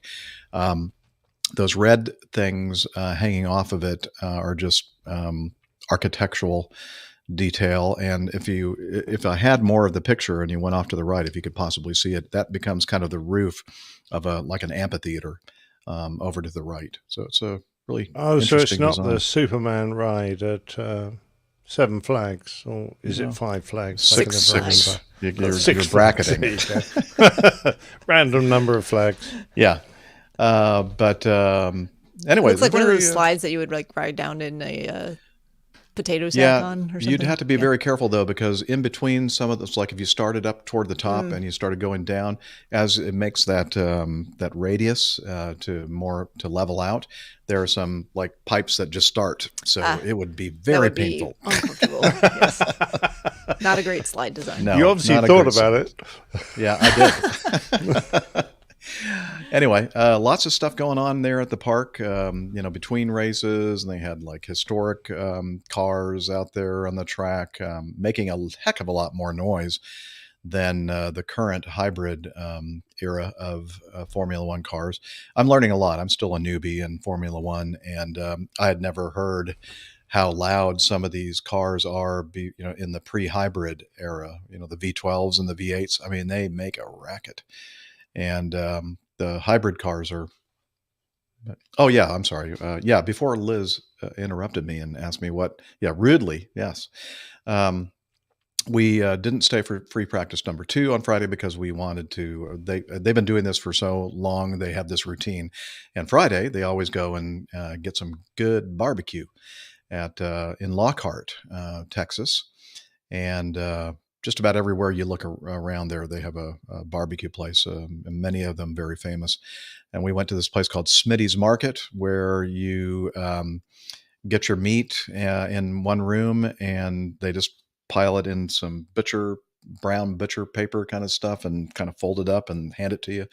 And then you go to the next room and you pay. And if you look really, really hard, you might actually be able to find like sort of vegetable stuff like sides, but it's not a major part of the thing. The experience is eating all that meat. And they don't give you any fork either. No forks allowed at Smitty's.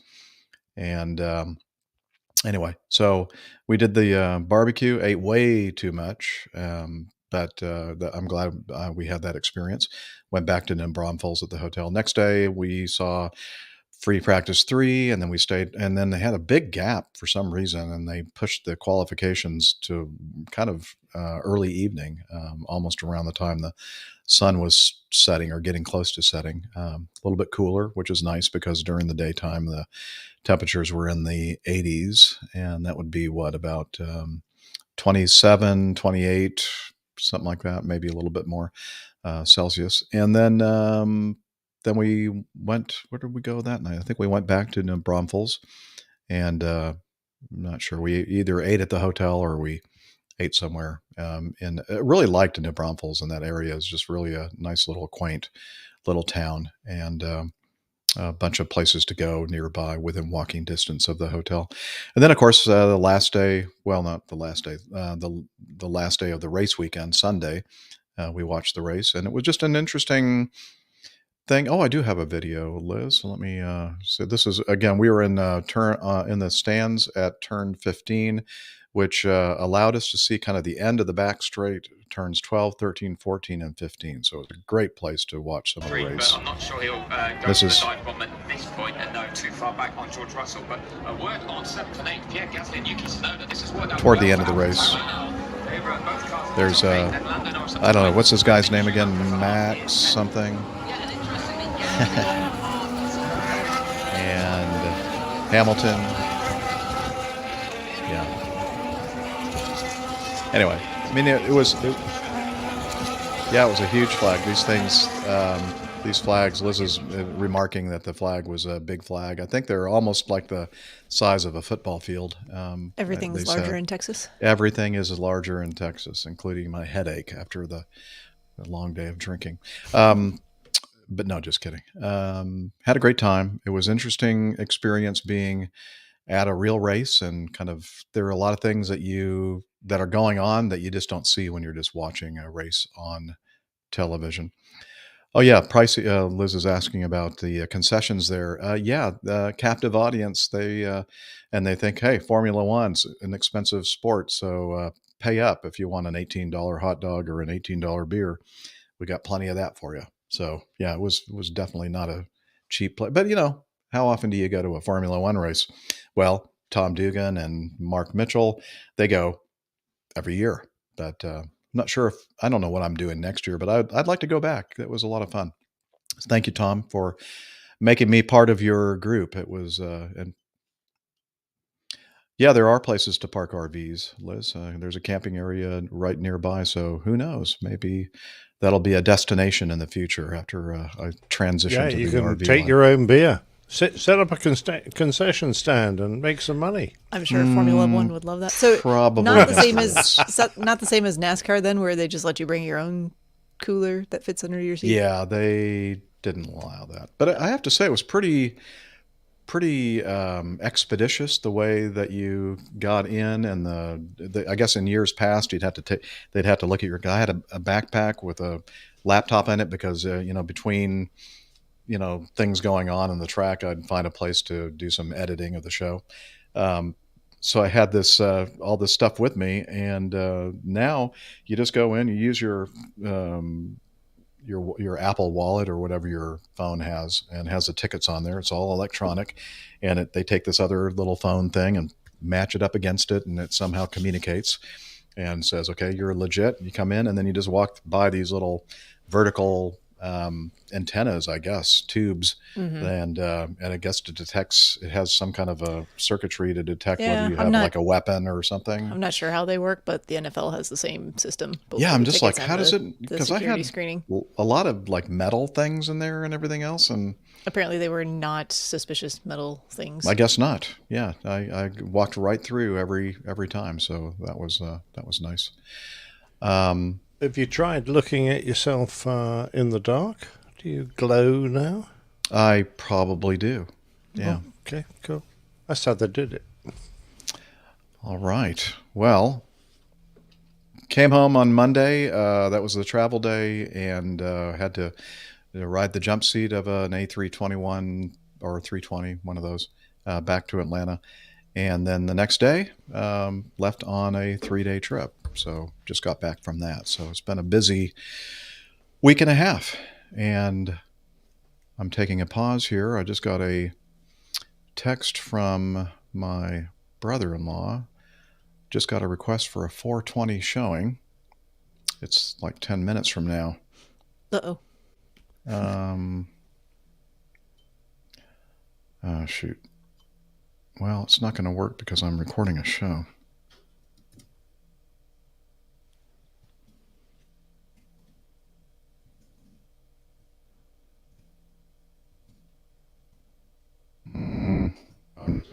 Text him. He just texted me. Maybe I should call him. Yeah, take a moment.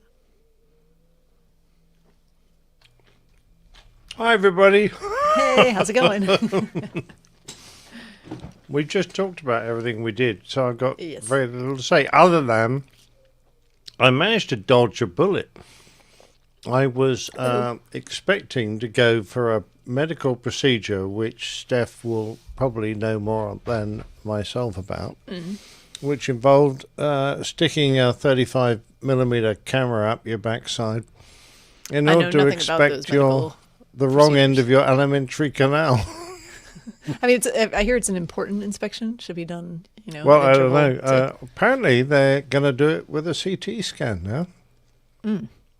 It's interesting. Okay. Do you have to swallow a little camera to augment that? No. You have to go for a special diet for 2 days, and then drink a couple of glasses of some The stuff that cleans you out.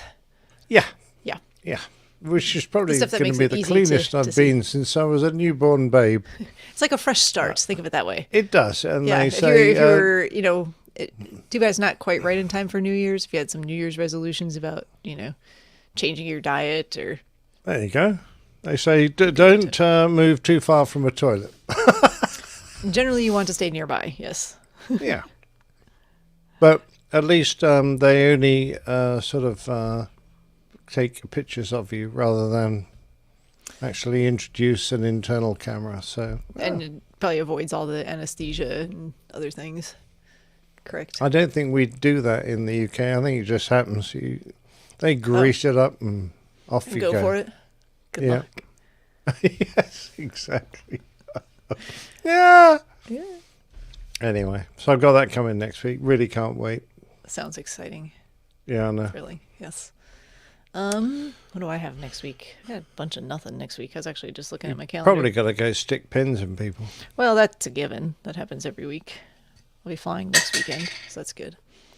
If the weather cooperates, but we've kind of gotten to the time of year where the weather's iffy sometimes. Like this weekend, it's just kind of golly! cold Well, and we've had dreary non-stop and rain for gray. days.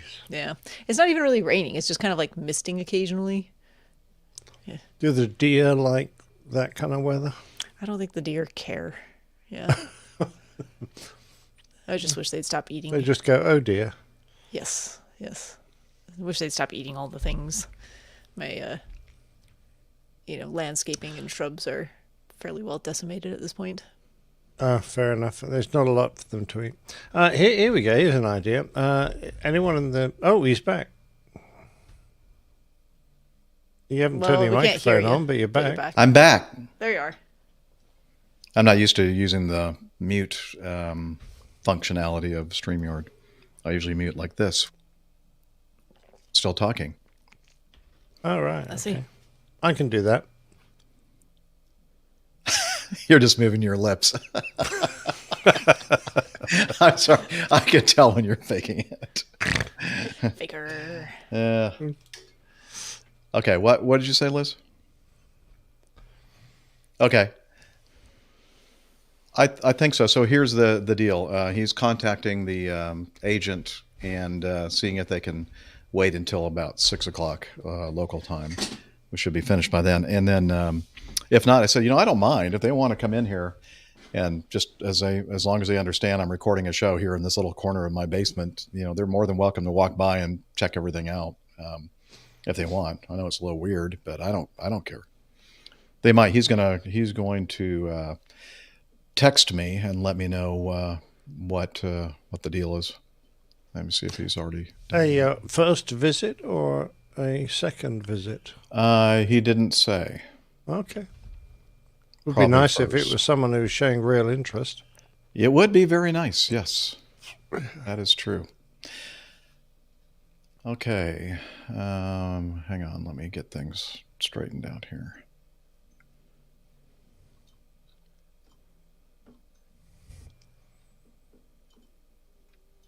Okay.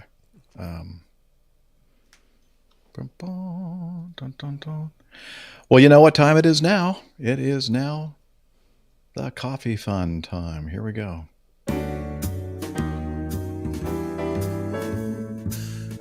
Johnny, how much more coffee? No thanks.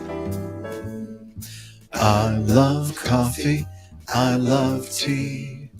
I love the APG community. Coffee and tea and the Java and me. Sing it, Liz. A cup, a cup, a cup, a cup, a cup. Oh, you didn't go down to the low register this time. Oh, well. Oh, yeah. All right. The Coffee Fund. It's your opportunity to help us out financially if you have the resources to do so. We call these group of fine folks our Coffee Fund Cadre or Coffee Bar Club. And if you want to join them, head over to airlinepilotguy.com/coffee and you'll find information about how you can do that. And since the last show, we have one contribution via the Coffee Fund Classic method from Richard Adams. We have others that use the Coffee Fund Classic method as well, and on a recurring basis. I'm in the basement. Basis. And the other way to become part of the contribution thing is to become a patron of the show via Patreon. And we don't have any new patrons this week. So please check it out by heading over again to airlinepilotguy.com/coffee. You'll be glad you did, and we will too.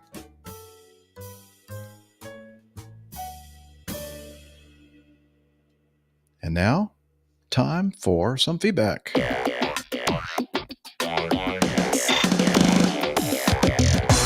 Captain, incoming message.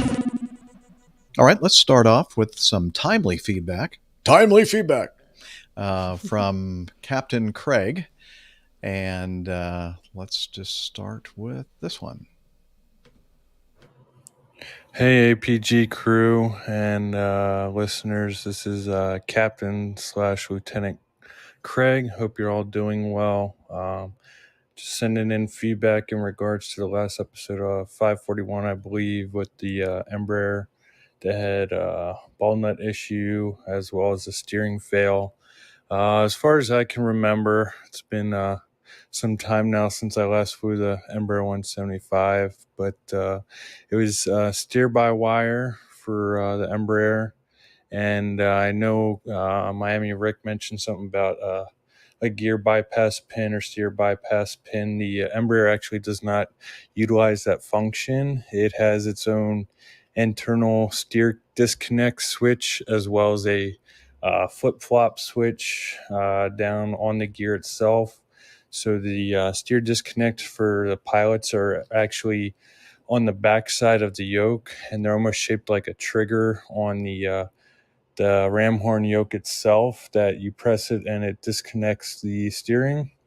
And the rampers down on the ground also have a little switch that they can flip on off to disengage the steering system. There's been one or two times where we're having to wave the ramp crew back out or call them over to ops frequency to get them back out to flip that switch, because we tried to start steering away and noticed that it wasn't working and found out that to be the culprit.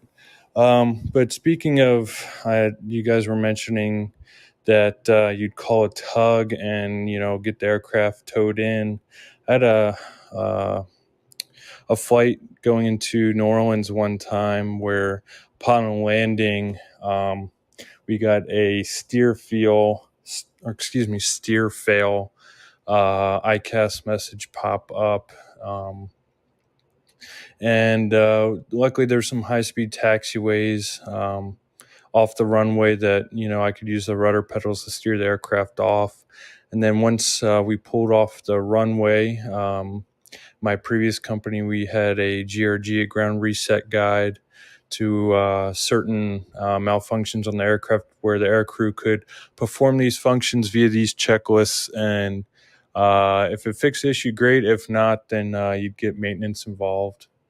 But for this particular one with the steer fail, you actually kind of hold down that steer disconnect trigger button on the yoke and hold down the tiller. It actually, in order to use the tiller and Embraer, you have to hold it down. Then you can turn it side to side to actuate the steering. So for this GRG, you hold that steer disconnect switch, push down on the tiller for about 5 seconds and let go. And that kind of resets the system. In our case, it did not.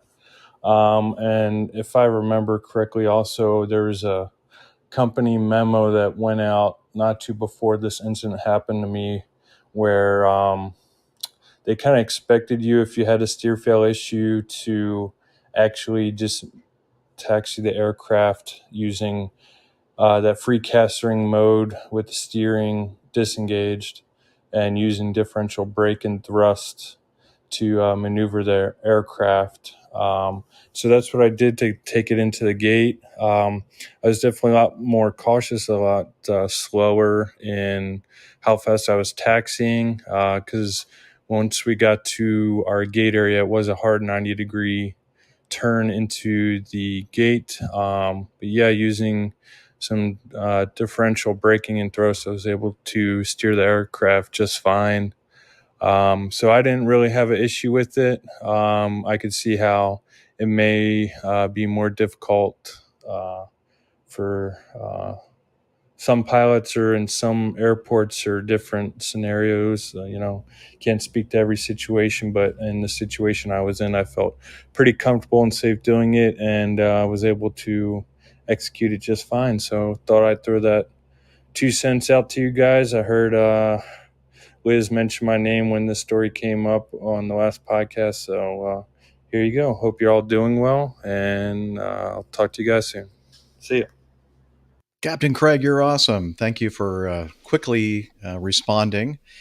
And, Captain Civilian and Military Lieutenant Craig, and just got qualified on the C-17. And we have an update from him. Done. He sent an audio update on his progress in the military. And but before we play that, I'd like to kind of just go over what he just went over. Apparently, this free castering mode is not an unusual. May not be a common thing, but it's not unusual for them to operate in this kind of mode, where I think most of the airplanes that Nick and I have flown in the air transport world, you'd never do that.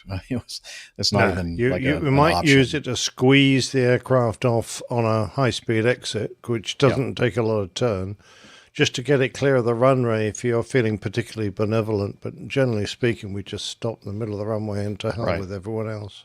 Yeah, so I kind of suspected that it might be something that is particular to this particular aircraft, that it has a capability to do this.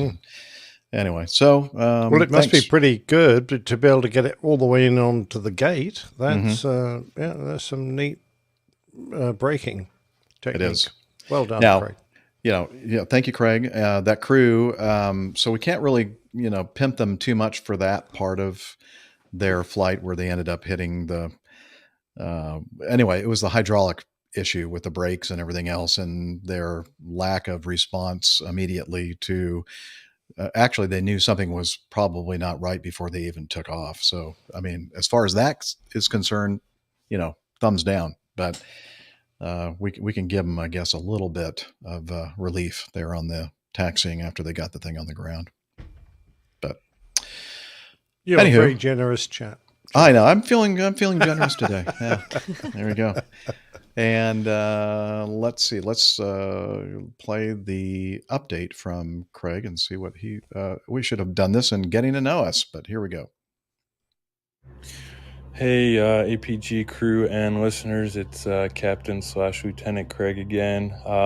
Been pretty busy as of late, so that's why you haven't heard from me. Yes, I just sent in some feedback on the Embraer steering from 541. But my previous company I flew for, that ended in, I don't know now, December of 21, I believe. Since then, I think most of you have heard that I joined the Air National Guard and going to be flying the C-17. So last fall, I went to OTS and commissioned as a second lieutenant. And since then, last December, I also took a validation course through the Air Force's new program called Civil Path to Wings, where they take civilian pilots with pilot time, put them through written exam, tabletop kind of question answer exam, and then a sim profile. And based on your scores, they can stick you in normal UPT, like most Air Force pilots go through, or the new UPT 2.5, or if you score decent enough, you can go into Accelerated Path to Wings, which I believe is a 8-month T1 only pilot training course. And then if you score high enough or have enough experience like I did, I went into, it's called Air Force Fundamentals, AFF, and it's actually 3 months T1 sim only program. So we basically did a nav check, a trans check, and a I guess forget. It's basically, they kind of broke it up into normal 3 groups of training, and we just did all in a T1 simulator. We actually had 2 flights in a T6. They were kind of like a fam ride. We didn't get a whole lot of stick time. It was just for upset recovery training. So we went up with the IP and did some stalls and spins and recovered from those, and kind of did a out and back, got some lunch in between. My class, there was only 4 of us. We were the 3rd class to ever do this AFF program. First 2 classes both had 2 folks apiece. Our class had 4. And we were told when we showed up that we were going to be the last class of this sort for a while, if not forever. And this was back in March. And here in the States, during March, you have the NCAA men's basketball tournament, or it's dubbed the March Madness. And then when the Final Four teams are there, they're dubbed the Final Four. So our class dubbed ourselves the Final Four, and our class patch that we created resembles as such. So that was kind of fun to get that all made up. But yeah, it was an interesting course. Like I said, we had those 2 T6 flights, but never actually touched the T1 jet. It was all in simulators. They were all fixed simulators. None of them were motion. And yeah, we did different things, traffic patterns, simulated air refueling, simulated low level, simulated airdrop, those sorts of things. That the normal UPT students would practice out in the real jet. We just did all in a sim and a very condensed timeline. And yeah, it was difficult. It was a strong learning curve for me. On the military side of things, you had a good grasp of flying and all that, but learning how the Air Force does flying and their books and regs, and in the airlines, it seemed like you had maybe 3, 4, maybe at the most 5 documents you looked into for, systems and company rules and regulations. And with the Air Force, it seems like there's, 50 or so different manuals. You have to look up different stuff. And so that was probably the biggest learning curve I had going into the program. Yeah, so that was about March to May time frame.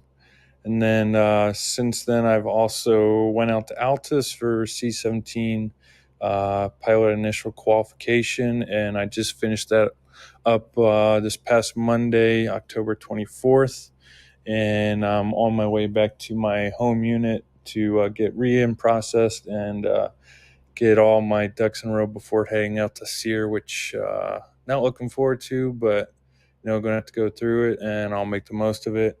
Then after that, I will go on orders to train with my unit and get mission qualified and all that fun stuff. So yeah, and also within the mix of all that Air Force stuff going on, I left my previous company and actually interviewed and got hired on with one of the major airlines that's named after a country that it provides service in. I'll leave that there. And then my real goal is always to fly for a certain company that flies around purple boxes. So I also found the opportunity to interview and get hired and complete in-doc with them between my UPT experience before going out to Altus. I interviewed, got hired, and completed in-doc with them. So yeah, once I'm done all my training on the Air Force side, I will go be flying the 767 for Purple Box Movers based out of Tennessee, and I'm really looking forward to both opportunities that I have coming forward, flying the C-17 and flying the 7.6. So and that's just a recap on what I've been up to, and hope you're all doing well. And yeah, take care. See you. All right, great update. Thank you, Craig, for that. The big heavies, I guess, is your world now. Sounds like. Oh, very much so. Yeah. Just thinking back. Yeah. Like, oh, sorry. Go ahead. Sorry. No, go ahead. I was just say congratulations for just doing so well, and for you've obviously had a lot to cope with, and I just feel sorry that you've had to go on to the 7.6. So. Sorry about it. Just that. Never ends. I was just going to say, just thinking back, because Craig's been a part of the APG community for a long time, and I think he first started sending in feedback back when he was a CFI. Mm-hmm. So it's been really fun to just kind of tag along with your journey the whole way. Thanks for always including us. Absolutely brilliant. So, do they call you Captain Lieutenant or Lieutenant Captain? He's not actually here with us. Oh, okay. All right. Well, perhaps he could come back with some feedback.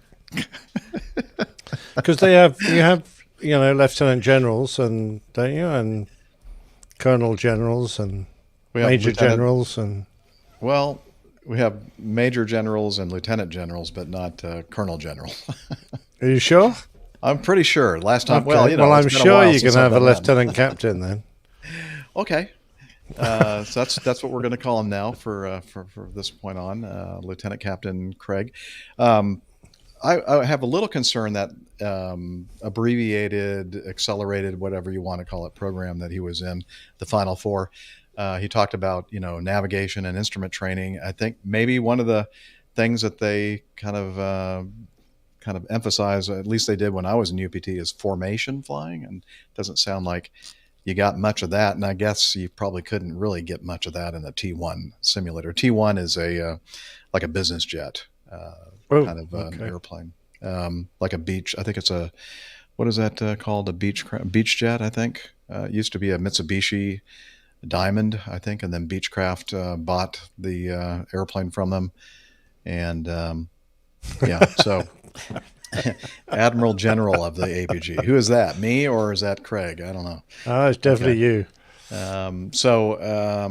Anyway, so I guess Craig will get his formation experience when he starts flying the C-17, because I know they do. That's an interesting airplane to learn close formation. I know. Oh, wow. It's going to be interesting. Yeah. No, I don't believe that the Purple Box people do formation flying, at least not on purpose. I was going to say, even when they're throwing the boxes out of the back. Yeah. That's how they deliver them, isn't it? They just I think so. Well, sometimes it appears that's the way they do it. Just direct to my doorstep. Yep. Perfect. Okay.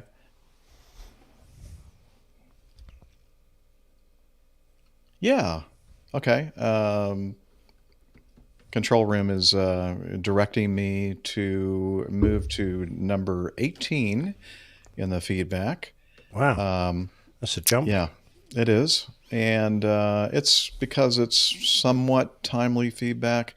This is from Els Piloto Skiathos, Greece, again, in reference to the video he sent in on episode 537 of the Boeing 757 landing onto Skiathos, and subsequently the said aircraft using its thrust reversers to power back to make the turnoff. Oh, yeah, the guy that had a very sharp turnoff.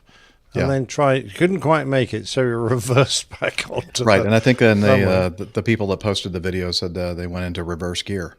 Anyway, love it. He said, I felt a couple of interesting points got missed. I can't work out if this is down. I don't know how possibly we never miss any interesting points. We get all the interesting ones. We just ignore the boring ones. We let you bring up the uninteresting ones. Well, it was interesting to us, maybe not to you. Right? Okay. That's all that matters. Okay, I can't work out. This was down to you being a little tired from the heavy flying schedule at the time. I think he's using sarcasm. Or the fact that all American pilots are just a bunch of cowboys and this landing... Yeehaw! Yeehaw! I wasn't... Well, I'll just put that in post. Or the fact that all American pilots are just a bunch of... and just look like your run-of-the-mill American slap it on and get it off job. Yeah, that's us. Beg your pardon. Not sure exactly. I take offense to that. Okay, so I would too. I think that we're probably going to have to do this and this. Family show, ladies and gentlemen. Okay. Let's see. So he gave us a link to a video, and is that the one that I want to play? Is that the original video? I'm not sure. I'm talking to myself, I think. As I mentioned before, the 757 made the second turnoff, which is 800 meters after the threshold of runway 2, or 2,600 feet. 800 this meters? Wow. Is a bloody impressive feat, and if you watch the video again, you can see brake dust shooting out of the brakes towards the end of the roll as the captain stomps hard on the brakes to make the turnoff. Okay, so I need to play that. And he didn't make it. So all that effort was completely wasted. Still had to put it in reverse gear. Yeah. Yes. Good point, Steph. That's exactly the right terminology. I know. I'm thinking very much like in the movie Airplane, where they go to move from the gate, and he definitely puts it into gear. Yeah, I don't know. Definitely. Yeah. Okay. Well, I think I have it up here. Let's see. Boom. And the stream. It's loud. Turn the volume down. Okay, he's coming in for landing. Here's a 757 TUI Airlines. And okay, yeah, watch for the brake test. Here we're going to go full screen here. And I'll tell you when to look for it here. Okay, here's the other view. Touches down, strut compression, straightening out, nose wheel comes down. And then it's coming up here pretty quickly. Watch the left main.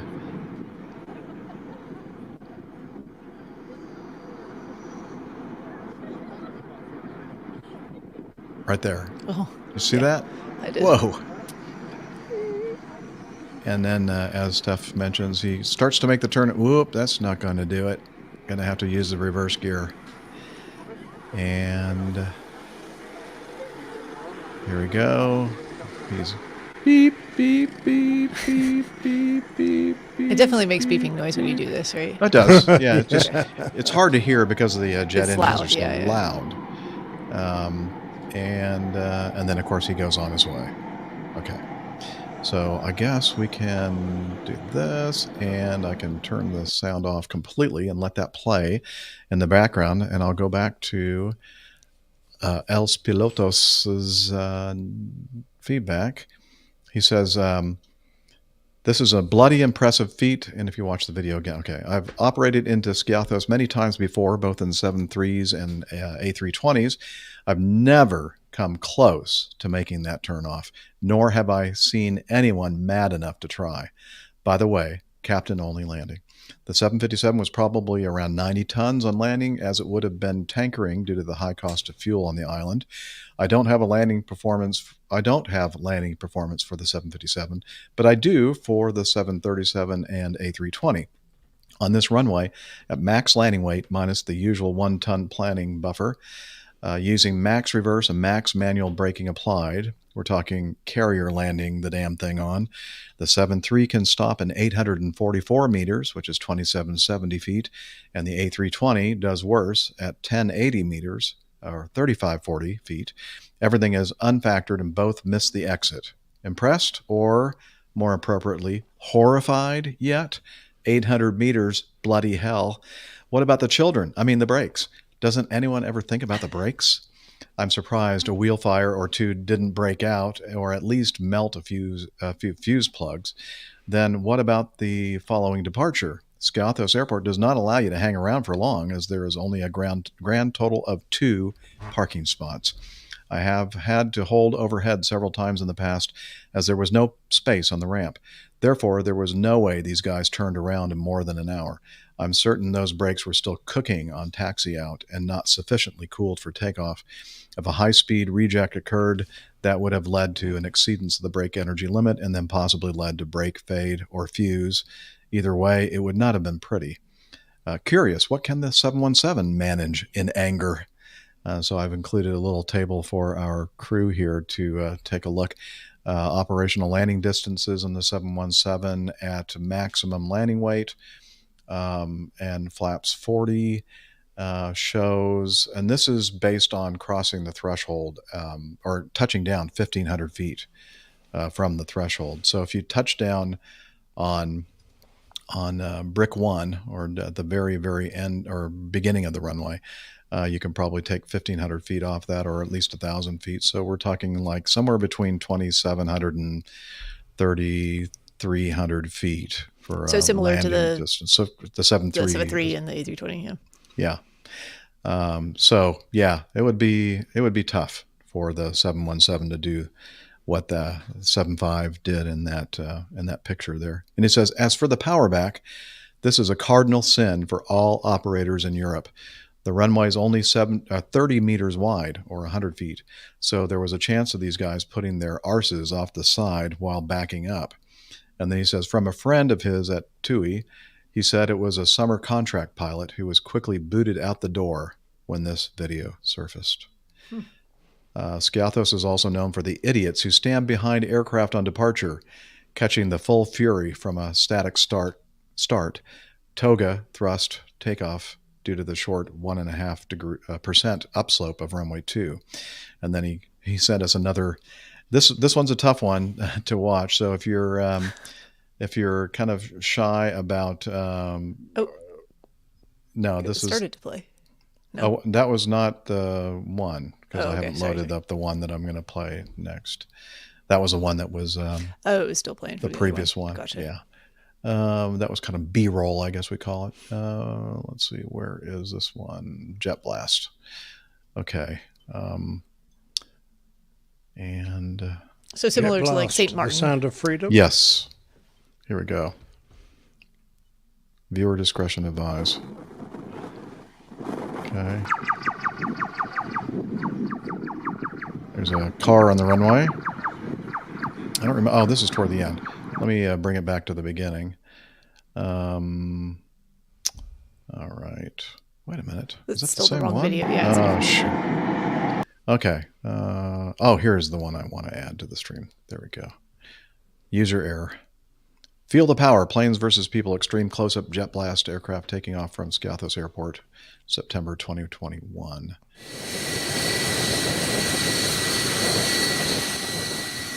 There's another TUI 757. Doing the little, what do you call that thing? Not a roundabout, but a turnaround or something? Is that what you We call them a dumbbell, but... Okay. Oh, I thought you just called me that, but... Okay. yeah. Well, it serves. Yeah. Oops. Okay. So, I'm not sure if it's this part of the video or not, but when it really cranks up the engines for takeoff, it's going to pan to the left and see some people trying to run away from the jet blast, and doesn't work out very well for one older woman. It's actually hard to watch. Let's see if it's this one or not.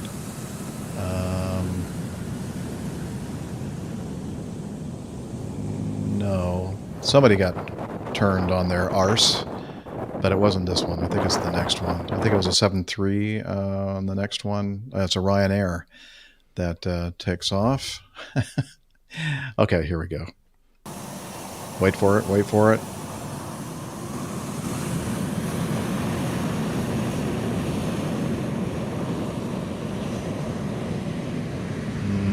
No, that's just the airplane taking off. Okay, I should have queued this up better.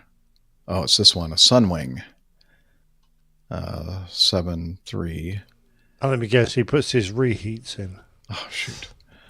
Where's it going? I'm sorry. It still thinks I'm wanting to press down on this. Here we go. Okay, now watch this lady in the background. There's a lot more people out here for this particular takeoff. Oh! Ouch. Oh, Lord. Yeah, that's... Ouch. That was a face plant. Yeah, definitely a definite face plant. And later on in the video, it kind of shows her off to the side on her back, and people are trying to take care of her, waiting for the emergency. That's just what you need on a holiday, isn't it? I mean... Yeah, no. Get slammed headfirst into the concrete. None of this is a good idea. No, it's not a good idea. do I mean, that. it might seem like a good idea. It's not. It's just really not. Anyway, let's get back over here to Els Pilotos. He says, yeah. Oh, yeah. Okay, there she is being looked after, attended to. Anyway, so Els Pilotos says, once again, keep them episodes coming. May all your check-ins with center be post-fixed with the words, on top, smooth. Best regards, Els Piloto. And then Great he has feedback. he sent in a chart. I don't know. Did I throw that in? I don't think I did. But it shows that the runway is only 5,341 feet long, which is 1,628 meters. So it's a very short runway. And it shows the point at which this 7.5 kind of, that's amazing to me. It landed in that short of a distance. Yeah, it's about a third of the way down. Yeah. Once you take into account, your landing point, it's incredibly tight. And I have to say, the brakes on modern airliners are so expensive. You have to wonder, is it really worth 3 minutes it takes to roll to the end and go around the dumbbell and taxi back? 10 minutes, perhaps? I don't think so. No. It sounds like and that's the point. company didn't think so either. It's all very well to, fill yourself full of testosterone and just try and prove how well you can fly the airplane. But there are a lot more things to take into account when you're a captain on an airline. You've got the commercial aspects of how the airline operates to consider as well. Yeah. So there's the picture of the airport diagram, and he has outlined or made us aware of the short distance of the runway. And then you can see right on that lower box, upper left-hand corner is the taxiway that the 7.5 was able to eventually make after putting it in reverse gear. Yeah, I can see they've only got 2 parking gates there, 1 and 2. Yep. Very appropriately named. Yes. I guess they could have gone with A and B, but 1 and 2 better. Yeah, I like A and B. Yeah. Anyway, well, thank you, Els Pilotos, for kind of following up on that. And it's great to hear people listening to the show that actually have experience flying in and out of some of these places. So that's great stuff. Thank you very much. Keep it up. That's not his real name, by the way. But it's to protect the innocent, in this case, him. Are you sure he's innocent? Pardon me? Are you sure he's innocent?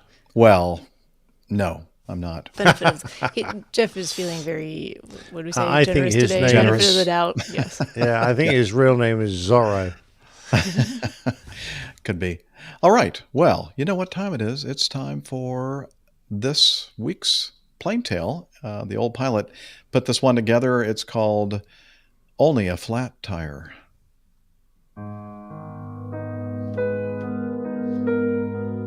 The old pilot's Plane Tales. Only a flat tire. There is a pilgrimage for those of the Islamic faith, which should be completed at least once in their lifetime, should the circumstances permit, which takes them to Mecca. This journey is considered one of the 5 pillars of their religion and is called the Hajj. Each year, upwards of 2 million of the faithful make the journey to follow the path of the Prophet Muhammad to a number of holy sites before their pilgrimage rites are considered complete.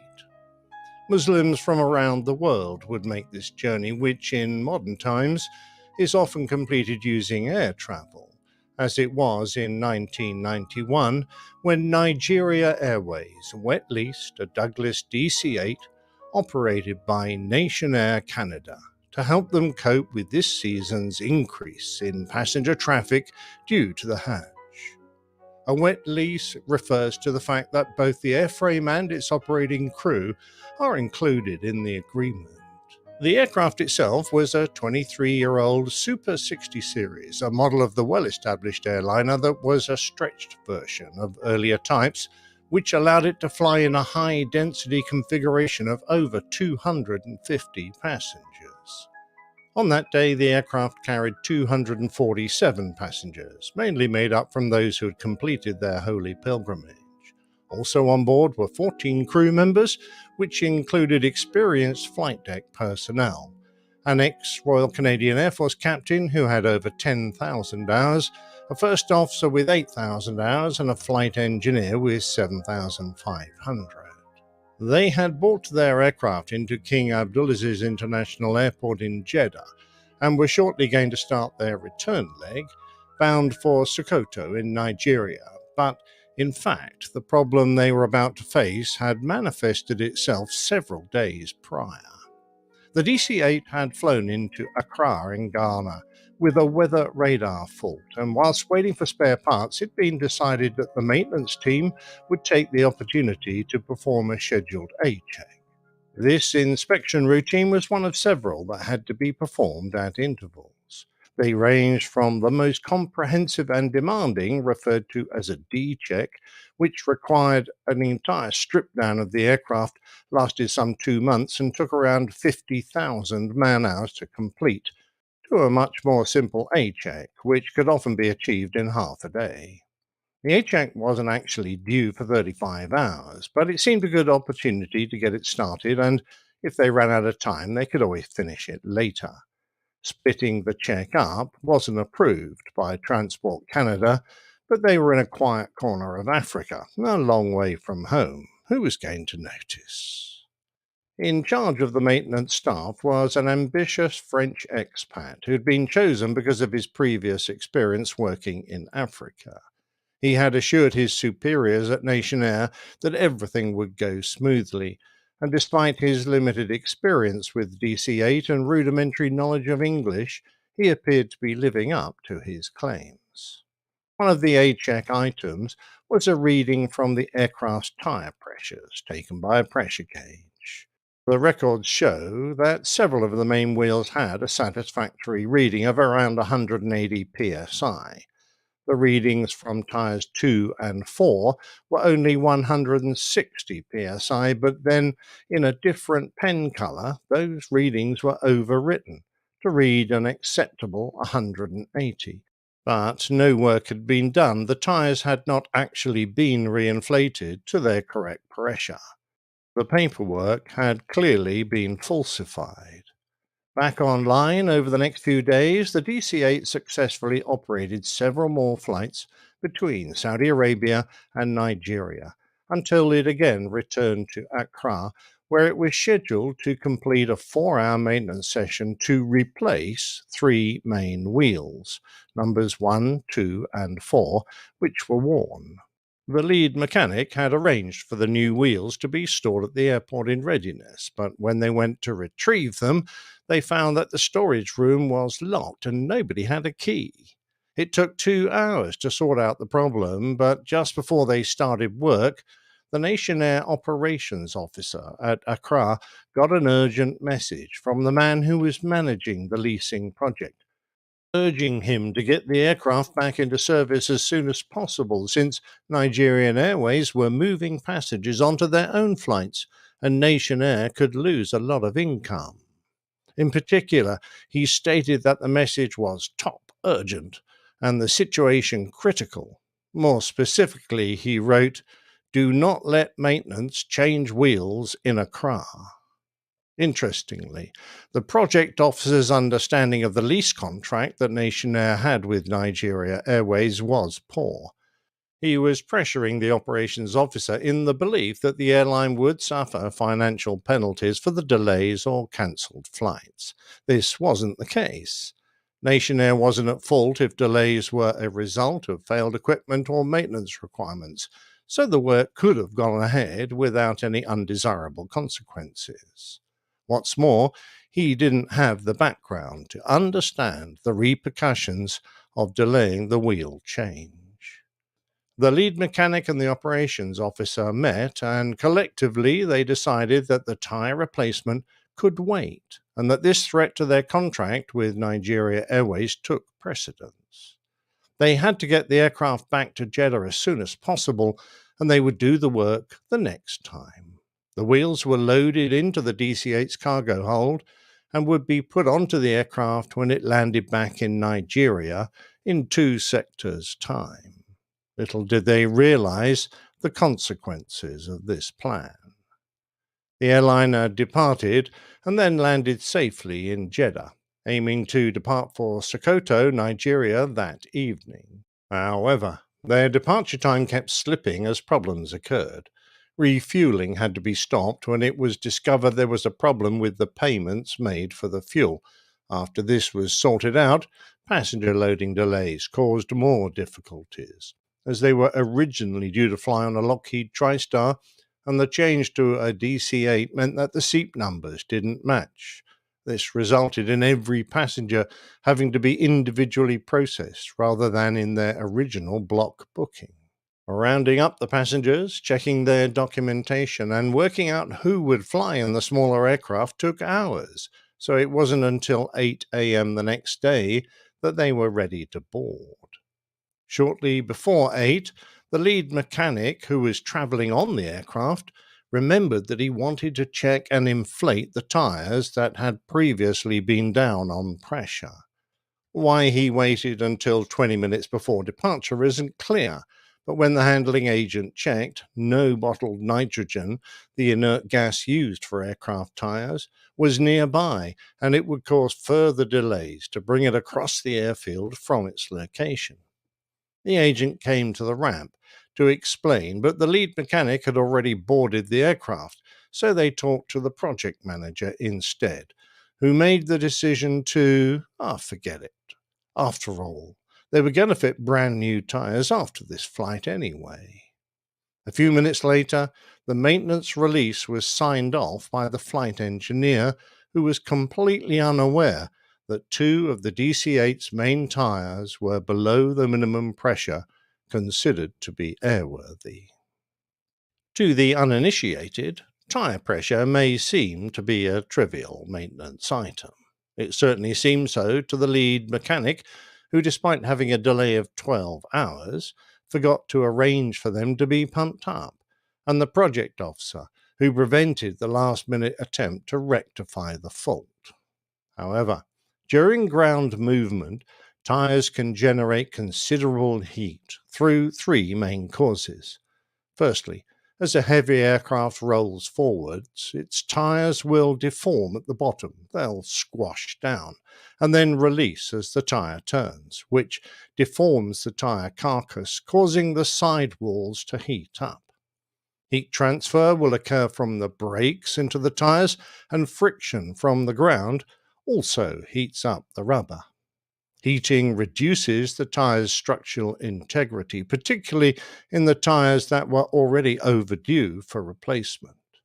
In addition, the ground temperature of the taxiways and runway at Jeddah in the summer was extremely high.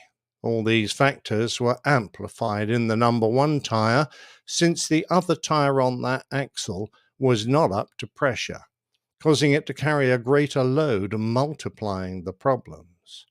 Under the hot sun of the Arabian desert, the scene was set for a disaster. Using the call sign Nigeria 2120, the first officer who was at the controls pushed up the throttles, and with 261 souls on board, the DC-8 began its takeoff roll. As the big machine gathered speed and passed 60 knots, the number one tire on the left main landing gear failed. The crew heard a rumble and felt some vibration. In answer to the flight engineer's query, the FO said he thought they might have a flat tire. His captain asked if his feet were accidentally pushing down on the brakes. He assured him, saying that his feet were on the bottom of the rudder pedals, away from them. The captain didn't seem overly concerned, and he allowed the takeoff to continue. 30 seconds later, they reached the V1 decision speed, rotated, and climbed into a clear sky. Below them, the gear was a mess. After the number one tire failed, the deflated shell of rubber had ripped away until the metal rim was grinding along the runway, leaving a shower of sparks. The friction heated the gear up, setting fire to the adjacent tires, and heads turned to watch as the aircraft got airborne, trailing fire and smoke. Unaware of the impending disaster, in the cockpit the calls came as normal. Positive rate, gear up. The captain raised the gear, bringing the blazing tires up into the wheel wells inside the wings. Unaware of the internal conflagration that was trapped in the aircraft, the crew went about their departure as normal, accelerating and retracting the flaps and slats that they'd used for takeoff. But within the burning compartment, things were far from normal. The wheel well is a tight space surrounded by vital components like high-pressure hydraulic lines and huge fuel tanks. As the fire grew, it consumed tires, melted the aluminium surrounds, and set magnesium alight. Eventually, a hydraulic line was burnt through, spraying flammable hydraulic oil around like a flamethrower, burning holes in the surrounding internal frames. There were no fire detectors in the wheel wells of the DC-8, so the first thing the crew noticed was some pressurization warning lights.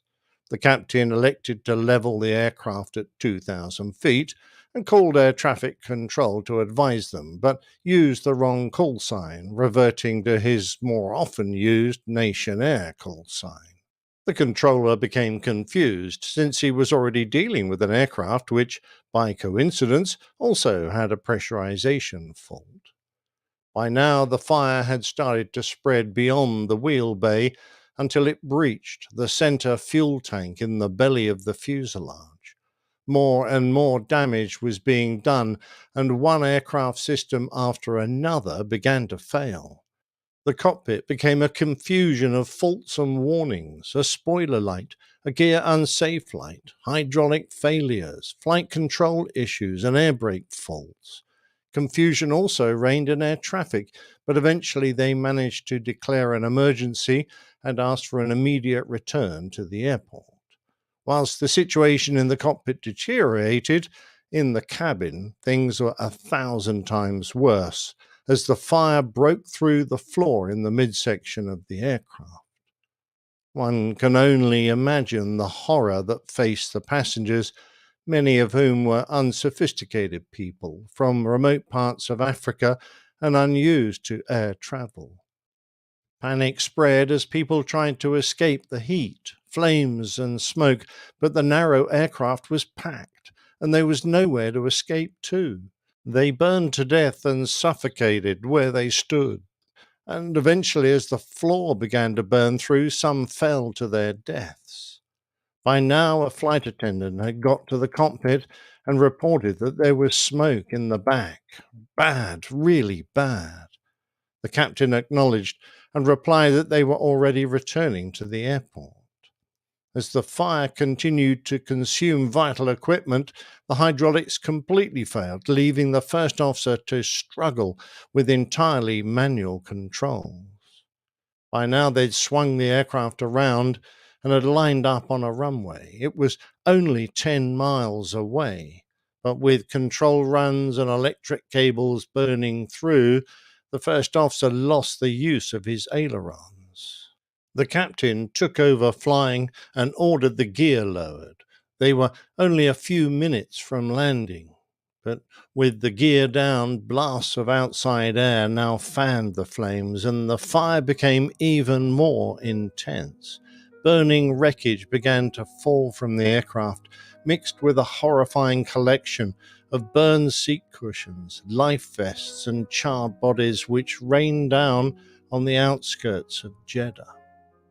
The captain announced his intention to land, but with the aircraft barely controllable, he was flying an increasingly erratic course, a bizarre dance down towards the runway.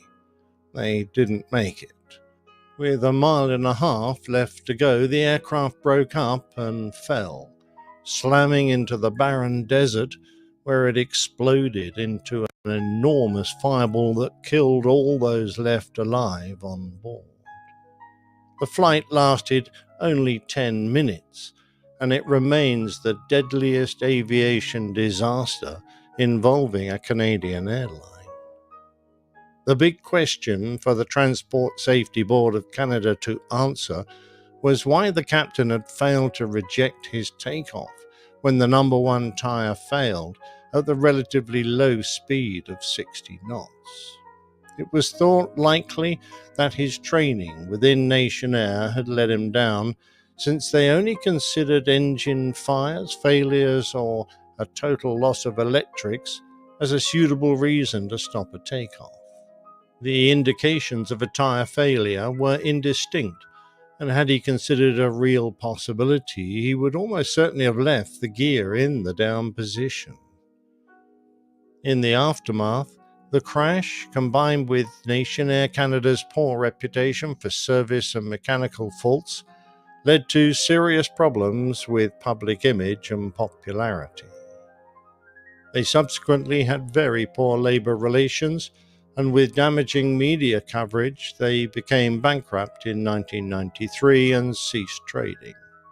Subsequently, their founder and president, Robert Obadiah, was charged with 8 counts of fraud, but he never went to prison, and his current whereabouts are unknown.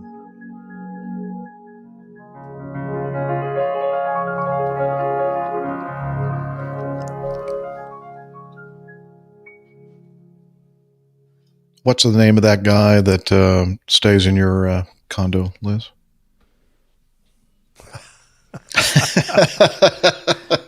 I know where he is. Well, I think he's got away with it. He went to court, and I don't think he was found guilty of anything. But the thing that struck me about this incident, and I didn't know about it until quite recently, was it seems such an innocuous thing to have low tire pressure on one of the wheels in your aircraft. And I know it happened to me a heap of times that the guy comes up and goes, well, the tire pressure's a bit low on number 8. And you think, well, I've got all these tires. Is it really going to be a problem? Well, this is perhaps a lesson to everyone that, yes, it could be a problem. You know, if the circumstances aren't right for you, you might get away with it for a flight, possibly 2, but eventually it's going to catch up on you. And that low tire pressure puts stress upon the adjacent wheel that amplifies any problems. And before you know it, you can end up in a situation that is absolutely disastrous. The crew were experienced. The crew were capable. The support staff, not so.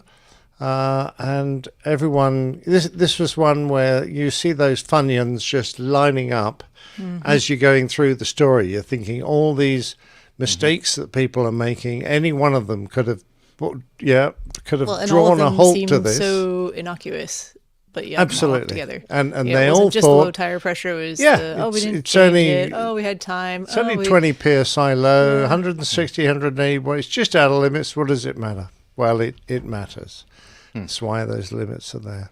And I apologize for it is a horrendous accident when you consider what happened to the poor people on board. They were going to die, but for the 10 minutes it took them to get to the point where they actually impacted the ground, the conditions in that cabin must have been appalling. And it just, for me, it just amplifies the image of the importance of our discipline, self-control, our understanding of the limitations, and our you really do need to know everything that happens to your airplane and what is likely to occur when something like this isn't quite right. Do you really understand the ramifications of low tire pressure? You know, if you haven't learned about this incident, learned about it from this incident, then you may not know. So if we've done a little bit perhaps to educate everyone, that would be marvelous. Yeah, I certainly learned something. And I have a question for you. He decides not to reject, so they continue the takeoff. And you said that witnesses observed the rim contacting the runway and sparks and fire as it was lifting off. Did the control tower say anything to them? No, sadly not. Either they weren't observing the aircraft at that point, or the messages of a potential fire didn't get through to them, which I suspect would also be quite likely, you know, because if you're standing on the perimeter of an airfield watching a problem, nowadays you probably know that there's a number you can dial to get to air traffic control in the event of observing an emergency. It used to be written on the back of our ID cards. So that if you have turned it over and it said, if you see an incident, dial this number for air traffic. So you knew how to get straight through to air traffic to say, I've just seen, you know, this airplane get airborne on fire. If the controllers hadn't seen it, and I don't think they did, then if they had just said something like, you know, there's something going on with your left main gear or you're on fire, they would have elected not to put the gear up, turn back around immediately. Not a guarantee. Absolutely, but that was another Funyun that was lining up that could have stopped this occurring. That was another link in the chain, as it were. I know, and I find. Well, I found out about this. I find it quite a deeply moving incident for all those reasons, you know, and so I thought it was an important one to cover. Absolutely. Thank you for covering it. Yes. Okay. Which one shall we go to now, Liz? I've lost track. Okay. Yeah, we've had this one. We've been carrying it over for a couple of shows now, I believe. This is from Stefan, number 8. He says, not that old German bloke. Yeah, that guy. He's still writing to us. Yeah, but God lummy. He's still, you know, the guy that gave us that just wonderful gin. Anyway, in the audio feedback, I'm mentioning the incredibly detailed accident report of the accident JU-52, registration Hotel Bravo Hotel Oscar Tango. And then he gives us a link. Here is the detailed description about the engines. And so he gives us some follow-up information and links, which will be in the show notes. But let's listen to Stefan's audio feedback. Hi, Jeff. Hi, APG. Hi, APG audience. This is Stefan from Hamburg calling. I'd like to give a small feedback for episode 537 and your report about the plane wreckage from a 68 crash, which was found in the Swiss Alps on a glacier after it was slowly melting. Well, those things occasionally happen. I'm recalling an incident in '98 where they found the leftovers of a Lufthansa U-52 crash in '44 in the Austrian Alps somewhere in a glacier, and the glacier spit it out again in '98. And well, this is now an interesting case I like to mention. It's the case of the crash of the private operated U-52, which was, you might recall it, crash in the Swiss Alps, I think 2 years ago. And there's a very detailed report about it in the Swiss accident report. And this U-52 contained parts, I believe mostly some cylinders in the old BMW radial engine they were still using on this aircraft, from one of those glacier findings. Apparently, in 41, Luftwaffe from the Wehrmacht U-52 had to do an emergency landing on a glacier in the Swiss Alps, and in 2002 it showed up again, a bit rusty perhaps, but some parts very, very intact. And they actually took some parts of the engines, refurbished them, and put them back into service again in other aircraft. In other still operating U-52 aircraft, we still were using the old ancient BMW engines. And well, it has nothing to do with the Rich's accidents I mentioned, which happened 2 years ago. But I still find it interesting that after 60 years sitting in a glacier, they put off the engine parts and were using it again, and for a couple of years back in an aircraft. Okay, that's for me now. Once again, a big thank you for your show, and carry on, and greetings from Hamburg. Bye-bye. That's marvelous. Carry on. Carry on. It's always good to hear from you, Stefan. Fascinating. Yeah. I mean, I don't understand quite how you can certify an aircraft part for reuse when it's spent 40, in 50... a glacier? Yeah, sitting in a glacier. These crazy Swiss people. I know. You'd think they'd be a bit more conservative with a little c. And, say, well, you can copy it by all means, made out of modern material. But, wow, surely I find that quite remarkable. Would be hard to I would think it would actually cost more to get it back into serviceable condition than it would be just to copy and build new. Yeah, I mean, that picture doesn't look terribly... It doesn't inspire confidence. No, it doesn't. I don't think I want that in my aircraft. I mean, I do find it fascinating that they found these aircraft that disappeared into a glacier and then re-emerge. But, should we be using the bits? Yeah, interesting. There you go. All right. Thank you, Steph. I mean, you're used to this kind of thing, Jeff, aren't you? With airplanes at the age you fly. Oh, I thought you were going to say it's because we're a bunch of cowboys. Well, that too. The airplane that I fly... it's not that old. No, it's not. Well, it's so crazy. Well, all right, then, you only have to go back a couple of years. Yeah, I mean, we're talking like most of these things are maybe 20 years old, 15 to 20 years old. I think the last one was made in 2006. How about the ones before that? How about the Mad Dog? But you flew before. Mad Dogs were a little bit older. But you know what? It's funny. Oh, not funny, but, I think the oldest airplane in our fleet right now are the A320s that we... oh, really? Northwest Airlines was operating. And the A330s. We have several that are still with Northwest registrations on them, and they're very old. Yeah, I'm flying a I'm just going to zip and shut my mouth, I think, for a little bit. Yeah, you should. But you know what? I was just wondering how old those A330s and A340s were. So, they're lovely. Yeah, but they haven't got many hours on. Yeah, well. So I think maybe since we're talking about Airbuses and Boeings, Liz, we have several items from feedback regarding that. Yeah. No, we don't want those. Well, I think they're going to be, you're going to probably like them, I would think. Oh, can I crow a bit? Yeah, I think you can. Oh, good. Great. Let's see. I'm looking forward to this. I'm trying to find there's a 14 with the one that has a video. Okay, but yeah, I stuck two of them together.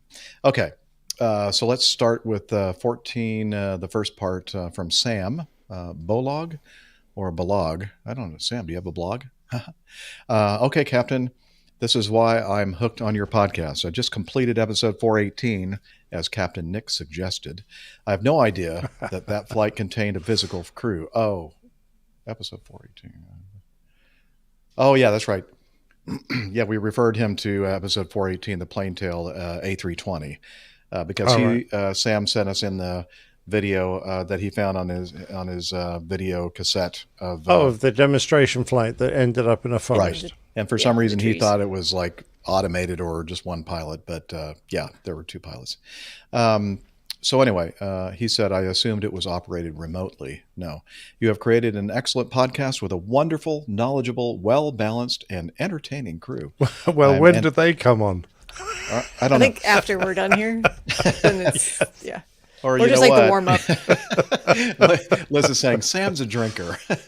Oh, he must be. I just thought he was going to start asking for favors at some point. Oh, yeah. Money, something. That's the alternative. So anyway, he says, you've created an excellent... Okay. I'd like to read that one again because it's such a wonderful sentence. I appreciate it. I am anticipating on reaching the episodes where everyone was introduced to the podcast, as I have reached up to episode 79 and down to 450. Yeah, I think it was around, what, 150 or so-ish? You know, we've looked at this before, and I can't Yeah, I remember. know, somewhere in that 152, maybe? Yeah, something like that. Anyway, on another note, I've always been partial to Boeing over Airbus aircraft, but after learning more about each and having the pleasure to ride on both, I have come to learn and appreciate what each has to offer. Oh, okay, that was very, very moderated. Thank you, Sam. Diplomatic, yes. Thank you all again, Sam. And then I threw this one in from Neil Herbert. He, I think, he's a Patreon, a patron. Oh, right. Let me try this again. A patron via Patreon. And so I said, from one of our coffee bar clubbers. He said, I couldn't resist sharing this with you. I'm sure Captain Nick would approve. That Miami guy, not so much. And Nah, he's so not now here, so it's fine. Yeah. So Thank let you. me Thank you, Steph. load up the video and let's see, where is it? Okay, I think it's this one. Yeah. Okay, you ready? Here we go. Why is there no? There's no audio here, so we can talk over it. Airbus. Airbus showing clips from the movie Airplane. If you're familiar with the Airplane, last the movie. scene where he's struggling with the controls. Boeing. Here's the Boeing. Airbus. He's eating a salad. You know, very Oh, healthy. yes, exactly. And he's just he's touching the side stick controller as if you would well, I can't really say that. Just very gently. Very delicately. Delicately. Yes. Very goodly. Yes, yes, absolutely. Stroking it gently. Well, I don't know if I would say that, but now that it's been said. So here we go again. That's the airplane movie, and now we're just some coffee. in the Pinky Airbus up. with this. Pinky up. Pinky Oh, up, I yes. love that. Yep. Yes. Yes. Basically, the yolk coming out in his hand. He's Okay. It's like he's trying to strangle a snake. And I'm talking about the Boeing plane guy. Yeah. All right. Not the side stick controller. We get the picture. Very cute. Very cute. Thank you, Neil, for excellent sharing. Let's. Yeah, let's do Pip's audio because yes, go ahead, Nick. I was just going to say, and Sam's feedback. Yeah, I think you've trod a very clever line, managing to walk down the barbed wire fence without falling off on either side. Congratulations. Yes, good job. Okay, Pips is which number 8? Thank you. Number 6. Okay. All right. Now, we talked about. Do we have to play this? I mean, it's only 3.5 minutes. This is our good friend and fellow podcaster and nitpicker, Pilot Pip, and Who we the love Plane dearly. Safety Podcast. Yeah, here we go. Hi, everybody. Regarding episode 535, just catching up a bit here. It seems we're getting a little bit muddled regarding RNAV approaches, RMP approaches, and the vertical navigation aspect of them. Going back to that accident in De Gaulle, or near accident, I should say, in De Gaulle, when they misset the QNH and ended up very low on their approach. That was episode 535, so I'm a few behind. So if someone who is cleverer than what I am has in the meantime come and set you all straight, then feel free to disregard this or throw it back in my face if I'm wrong. So that QNH missetting error is definitely still a danger on RMP approaches if you're using Barrow VNAV, so LNAV, VNAV approaches, LNAV only, etc. However, what are widely available these days all over the world are LPV approaches. So it's localizer performance with vertical guidance, which is an RMP approach. but it's utilizing the SBAS system, which is, I guess, not another name for, but is part of the what we call here the EGNOS system, and which you call over there the WAS system, the WAS. So this is, as you said, guys, a correction or a fine tuning of the GPS signals, so you can use them to fly to much lower minimas. And with an LPV approach, you're also using that satellite correction for vertical guidance. So you're no longer flying baro-based vertical profiles. You're using satellite GPS-based altitudes. So exactly like an ILS, it's a fixed points in space, a fixed glide slope.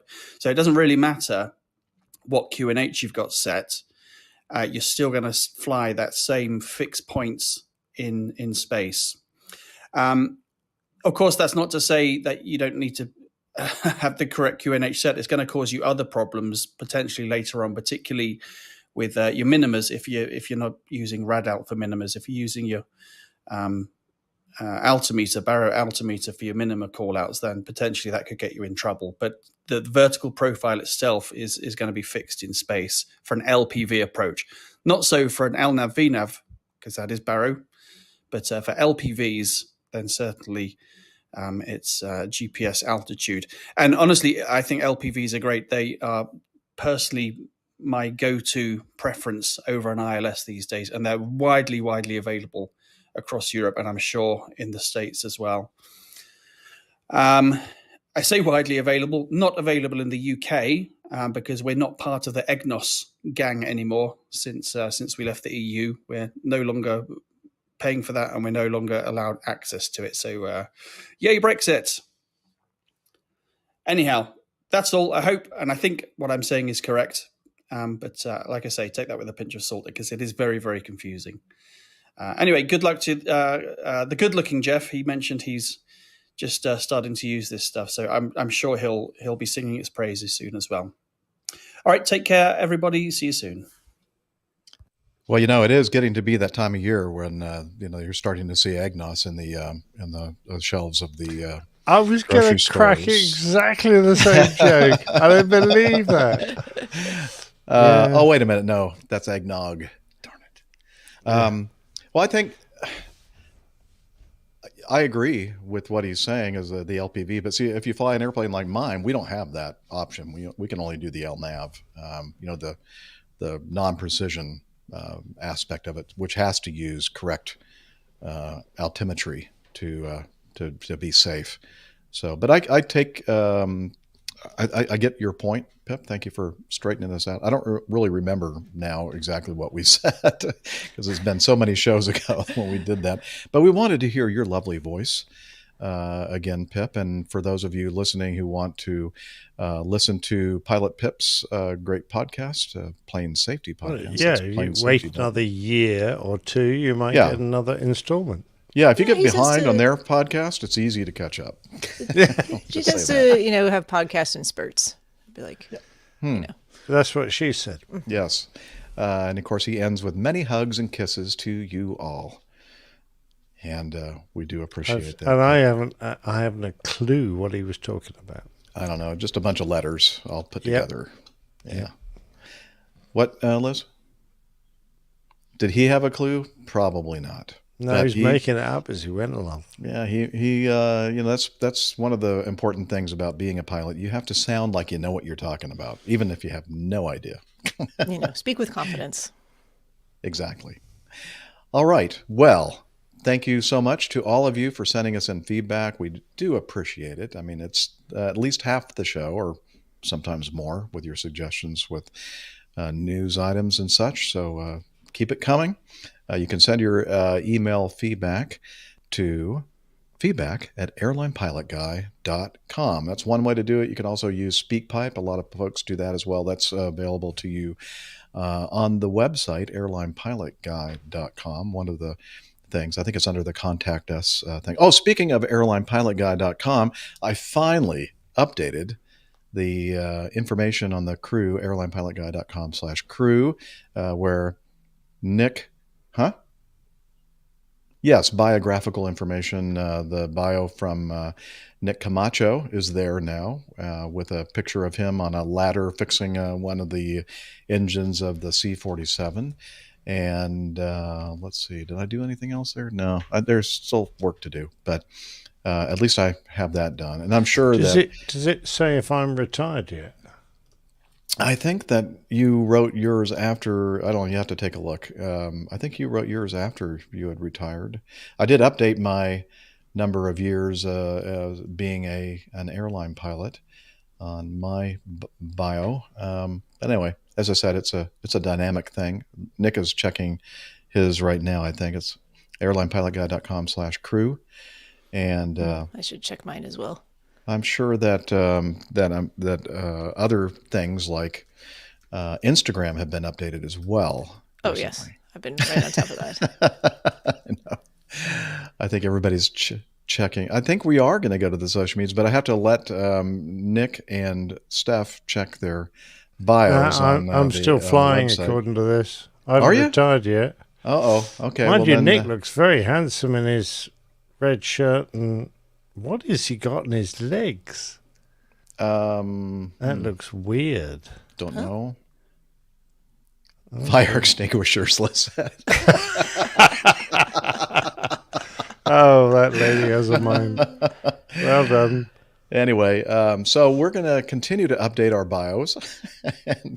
And in the meantime, there are other things that you can see as well on our website. So check it out. Steph's flying in her party frock. Yep. Yep. Or just a tank top. Yeah. Okay. It's like you're going to a cocktail party. Hey, let's get this frockin' show on the road. Show on the back on the rails here, and let's talk about the social media, the social medias, Steph. Sure. We are on Facebook. That's facebook.com/airlinepilotguy. You can also find us on Twitter at APG Crew is the handle you'll want to search for. And you can find our individual Twitter handles pinned to the top of the page. And as Jeff already alluded to, a neglected Instagram account, APG Crew, is where you can find that. Very good. And I think we had Hillel on earlier. He was already in your bathroom prepping for his Slack segment. Is he still... I think so, but let's see if I can turn up the volume of the hidden microphone in the. Okay. Hello. Do you have time for Slack? Okay, but I'm dripping wet. That's okay. Every week, it's fine with us. Just make sure that you keep yourself wrapped up in that towel. Don't get the what? Hillel, the equipment here. Got to be careful. Electronic equipment. Okay. Sit down and tell us about Slack. APG listeners, please join us on our Slack team. Slack is a communication, coordination, and sharing platform that works on your mobile, laptop, or browser.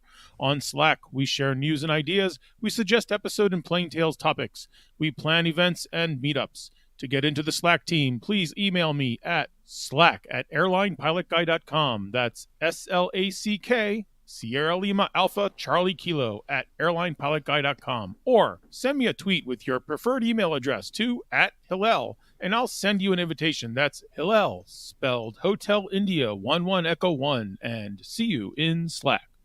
All right. Thank you so much, Hillel, for... Give me a roll of toilet paper. Yeah. Really? You're right on it. Yeah. I'll hold your nose. Yeah. Maybe can you just like roll it across the floor Yeah, to here we the go. bathroom? Just kick it. Hey, you're number 2 in my book. All right.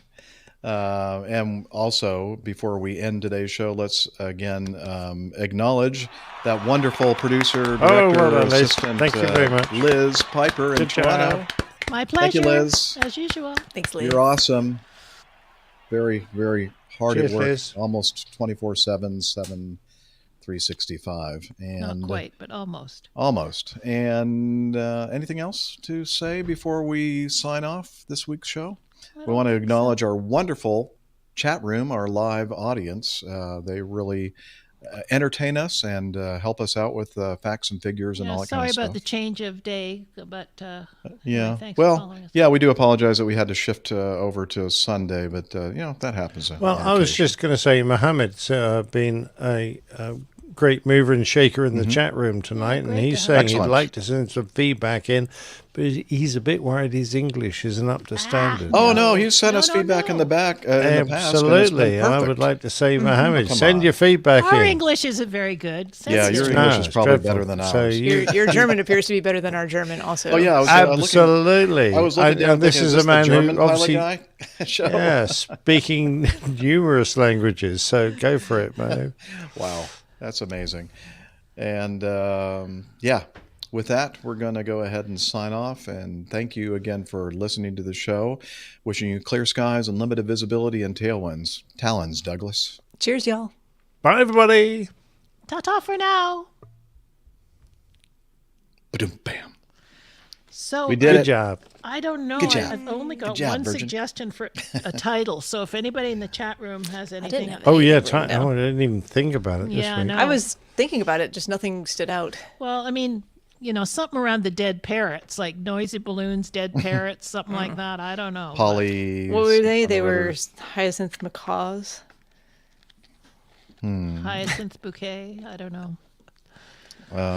Something to do with. That is really helpful, folks. Thanks for that. Well, I'm You're sorry. welcome. Everything We're else not finished we did, yet. We're brainstorming. freewheeling. We're But brainstorming. everything else we did was pretty somber. Like we didn't really have much that we could be lighthearted about here. It was pretty, crashes and flying passengers through the cabin. I don't know if you want to do something about that. E170 on flip flops. I quite like the dead parrot. Yeah, show. something Yeah. to do with the dead parrot. The dead parrot and show? it's an opportunity to work in hot air balloons too, which I know you. Oh Yeah, yeah, yeah. I always relish. enjoy that. Yes, like parrots, like looking panic-stricken Yeah, with their Boxes wings is out. going with that flip flop thing. Flying into balloons. Yeah, the dead parrot show. I quite like that one. What was the I could flip-flop do thing? something with that. Well, there was something that Craig said It about was- the it flip was- flop, but there was a flip flop switch or something. The free castering mode. Yes. Yeah. Okay, I didn't hear him say flip-flop, but obviously I wasn't paying attention. Well, if it had been thongs, the Australian name for flip flops, then I could have done something with a I thong. bet you could have. I've heard that you can do something with a thong there. I can indeed. They make great slingshots. How versatile. Anyway, do you think you can work with that dead parrot thing there? Oh yeah, I could do something with a dead parrot. All right. 101 uses for a dead parrot. Yes. There we go. All right. Thanks, everybody. Yes, thank you so much, everyone, for being with us today and hanging in there and all that. We do appreciate it. And Mohammed, Yeah, great to see you. absolutely. Thanks for hanging out with Congrats us. on your And qualification. make sure you send us some audio feedback. Yeah, love it. We always love hearing from you. Yeah, absolutely. Fully qualified air traffic controllers. Yeah, they're rare. Congratulations, beasts. man. That's awesome. And the other 6 people that are still hanging out, but just Yeah. not saying anything. We like you guys Right. too. I-haul boxes. I-haul is always boxes. there. Yes. Bye, everybody. We'll see you next Yeah, time. all the Right. best. See you next time. Bye-bye.